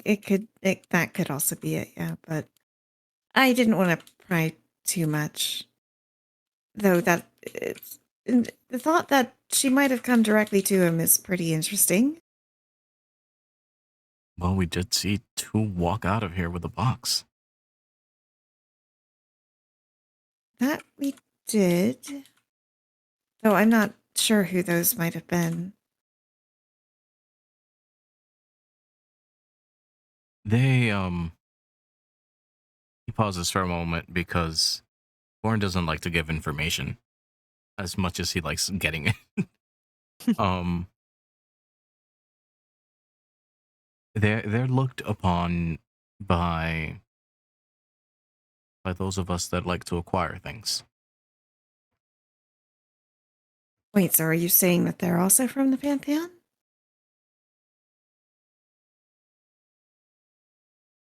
Something like that. Huh, okay. So this guy just casually has deities visiting him, possibly. From Must what be I've one hell of a seen, carpenter. yeah, from what I've seen in the past, when you're good at something, you're good at something, you know? And only the best for the best, so it doesn't surprise me.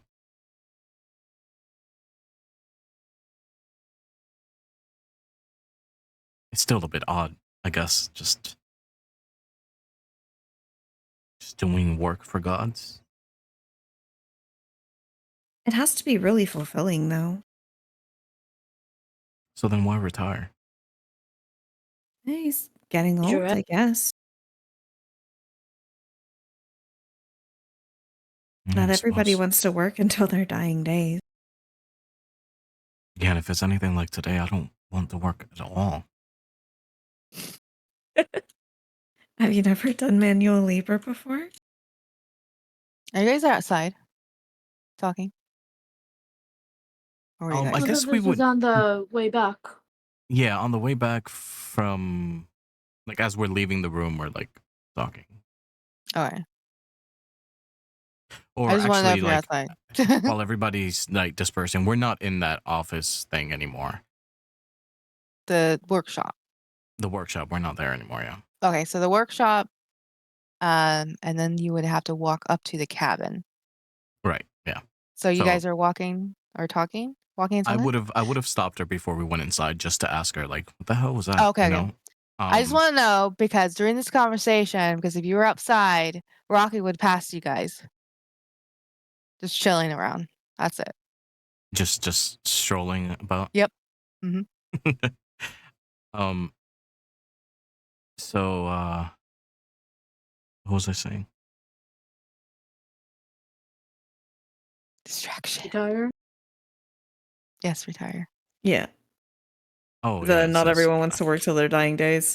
yeah. So I would have kind of chuckled and I would have said, I do different work with my hands, and like as I as I say that, I kind of make like a coin just like appear out of my hands. Um, it's like a cheap magic trick, you know, sleight of hand, Mm-hmm. and then She I just just kind of make it go away. she just looks surprised for a second. That was a neat trick. Yeah, it's gotten me by. Yeah, I can imagine. Anyway, we can head inside.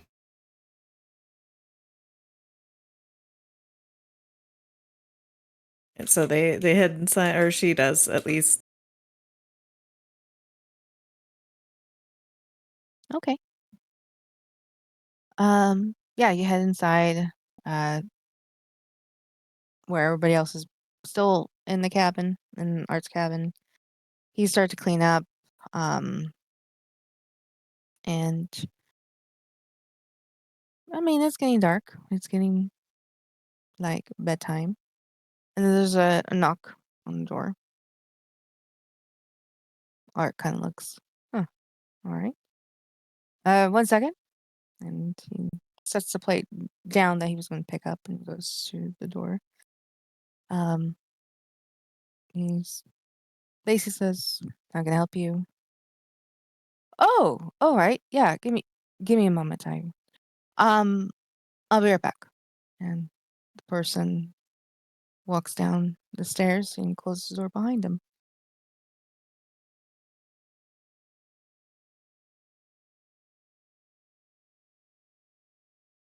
How close to nighttime is this?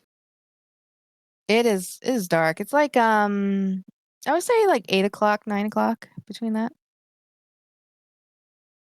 Are there any windows like looking out towards the Mm-hmm. door that was knocked? Yep. Magpie's gonna take a peek outside. Okay. Go ahead and give me a perception check.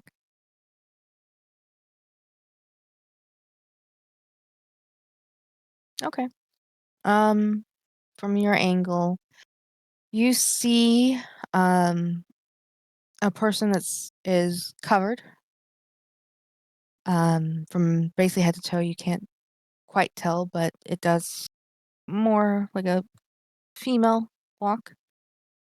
Your eyes are trying to adjust as you do have light in the background and it's dark, but you could have sworn that this hooded figure looks like it has a cape your eyes might be playing tricks on you, but it almost looks like stars on the cloak or cape as you see them walking to the workshop. Art does his opening. He just waits and he ushers. He goes in and the person follows right behind as he closes the door. Can I, while this is happening? Oh, sorry. Oh, Magpie's just gonna like look at Minerva and try to like get her attention with like, without like trying to like shout like, "Hey, Minerva," and try to like gesture towards the cabin. I don't If know if she's Victor's, paying attention. She probably would notice, yeah. where is this happening? Is this back? Is everybody back in the main building with all of us now? Yeah. Okay. So when the knocks on the door, I would like to let my eyes go white, and I would like to look through my owl's eyes and have the owl kind of follow in the trees, if there are any. I mean, there's trees. He can also set himself up on there's an overhang for the porch. He can set himself up there. Yeah. Or I'd like to her. get a good look. Yeah. To So see. so she's looking, and you see a hooded figure talking to Art, and you notice that this cloak is like shining, almost like stars on it. It is definitely a woman figure, and as he waits at the door, stops, and he opens it, and the woman follows inside and he closes the door. Can I have the owl fly closer to the building and listen? Yeah, go ahead. I'll have it fly closer, so I'll roll, I guess.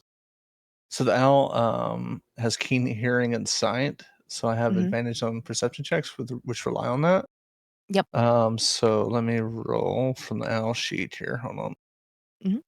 Don't know if it'll do it, but It should be able, as long as you hit that, you sync it into the roll 20. there we You go. hit the So B button. 23. Yeah.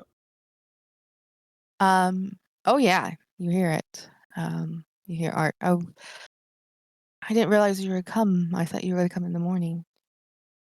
Then you hear, yes, I'm sorry, but mornings are quite hard for me. And I wanted to get this box as soon as I can. "Hmm, of course." And you hear a little shuffle and everything. And I really do appreciate this. Me and my sister was hoping that you wouldn't retire soon. I'm not going to retire soon. I just got a whole bunch of wood that these lovely people are staying the night. Ah, yes. I know that one of them is a follower. Oh, hmm. So you're, yes. Okay.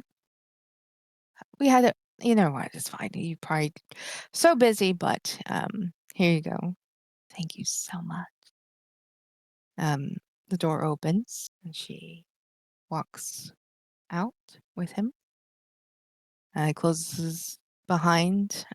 You girls now see um this woman holding a box now, but you can't see her face. It's the hood, it kind of just goes right below her eyes, but you do see black wavy hair kind of like peeking through. As he closes the door, he locks it, he waits for a moment. Well, yeah, enjoy the box. It was good to make something like that. I haven't made something uh like that in a long time. Thank you. Oh, before I forget, and hands him a bag.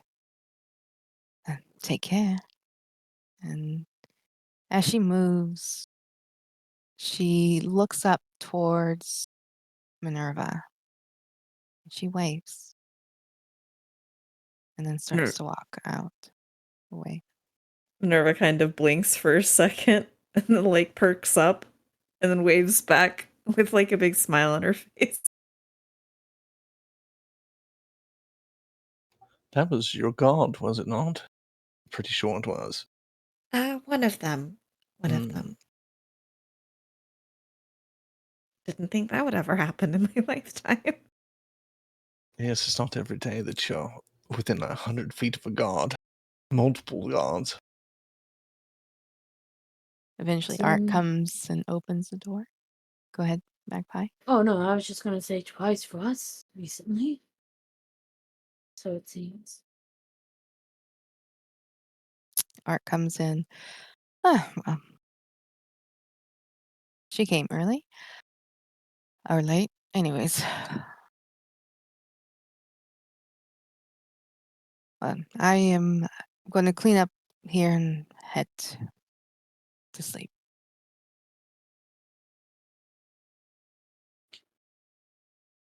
Magpie's gonna push off the wall. If that's the case, we should be heading back to the cabin. At least I'm going to do so. Don't want to make myself a nuisance. And she'll head towards the door to head back to their cabin. Minerva will follow suit. All right. As you all get back to the cabin, get comfortable for the night.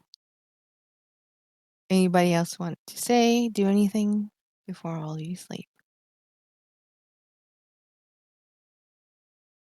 No, I think I'm good, at least. I am as well. Magpie. Oh, go ahead. I know, I was just saying Minerva's good as well. Magpie would have gone out to check the perimeter, but realizing that this guy seems to be so in touch with nature that he has an earth elemental and water elemental helping him about, and the gods are coming to his place for business, she's feeling pretty safe to just relax a little and not do that. I would say even like when you guys are all moving to the cabin, you see Rocky going back again, like just across the path, kind of like looking around too. So that kind of makes you feel, more secure, more safe. Neat. All right. As you all fall asleep in bunks, which you all can choose who's going to bunk, or you can go into one of the single beds. It's up to you guys. You start to sleep, and we're going to end it there. Thank you so much. I hope you enjoyed this. I know it felt long, cutting down trees, but I would say this episode means much to me because it is a dedication to my dad. Oh, hell yeah. Oh, it's great.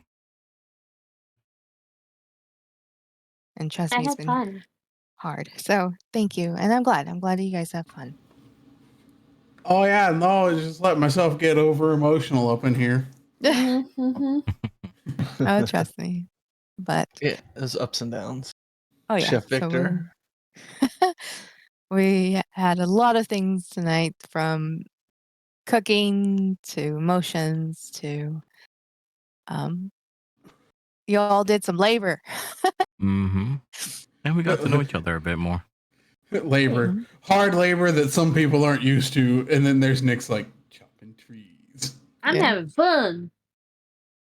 It's so funny that like the small one is like doing the manually. I know the smallest person in the group's like, But he's also the Manual strongest labor. person in the group. He is, exactly. It's so funny. And he also witnessed a couple of gods. So Yeah, that's you nuts. do luck. Mhm. secretly got more in touch with some of Nix's backstory. Yes, sir. So yes. All right. Y'all have a good night. We'll be back next Sunday. We'll see what happens. Not soon enough. Hey. All right, guys. Thank you guys for hanging out. Thank you for tuning in and watching. Next Sunday, 6:30 p.m. of the Eastern Stars of EST. We'll see you there for episode 5. Bye.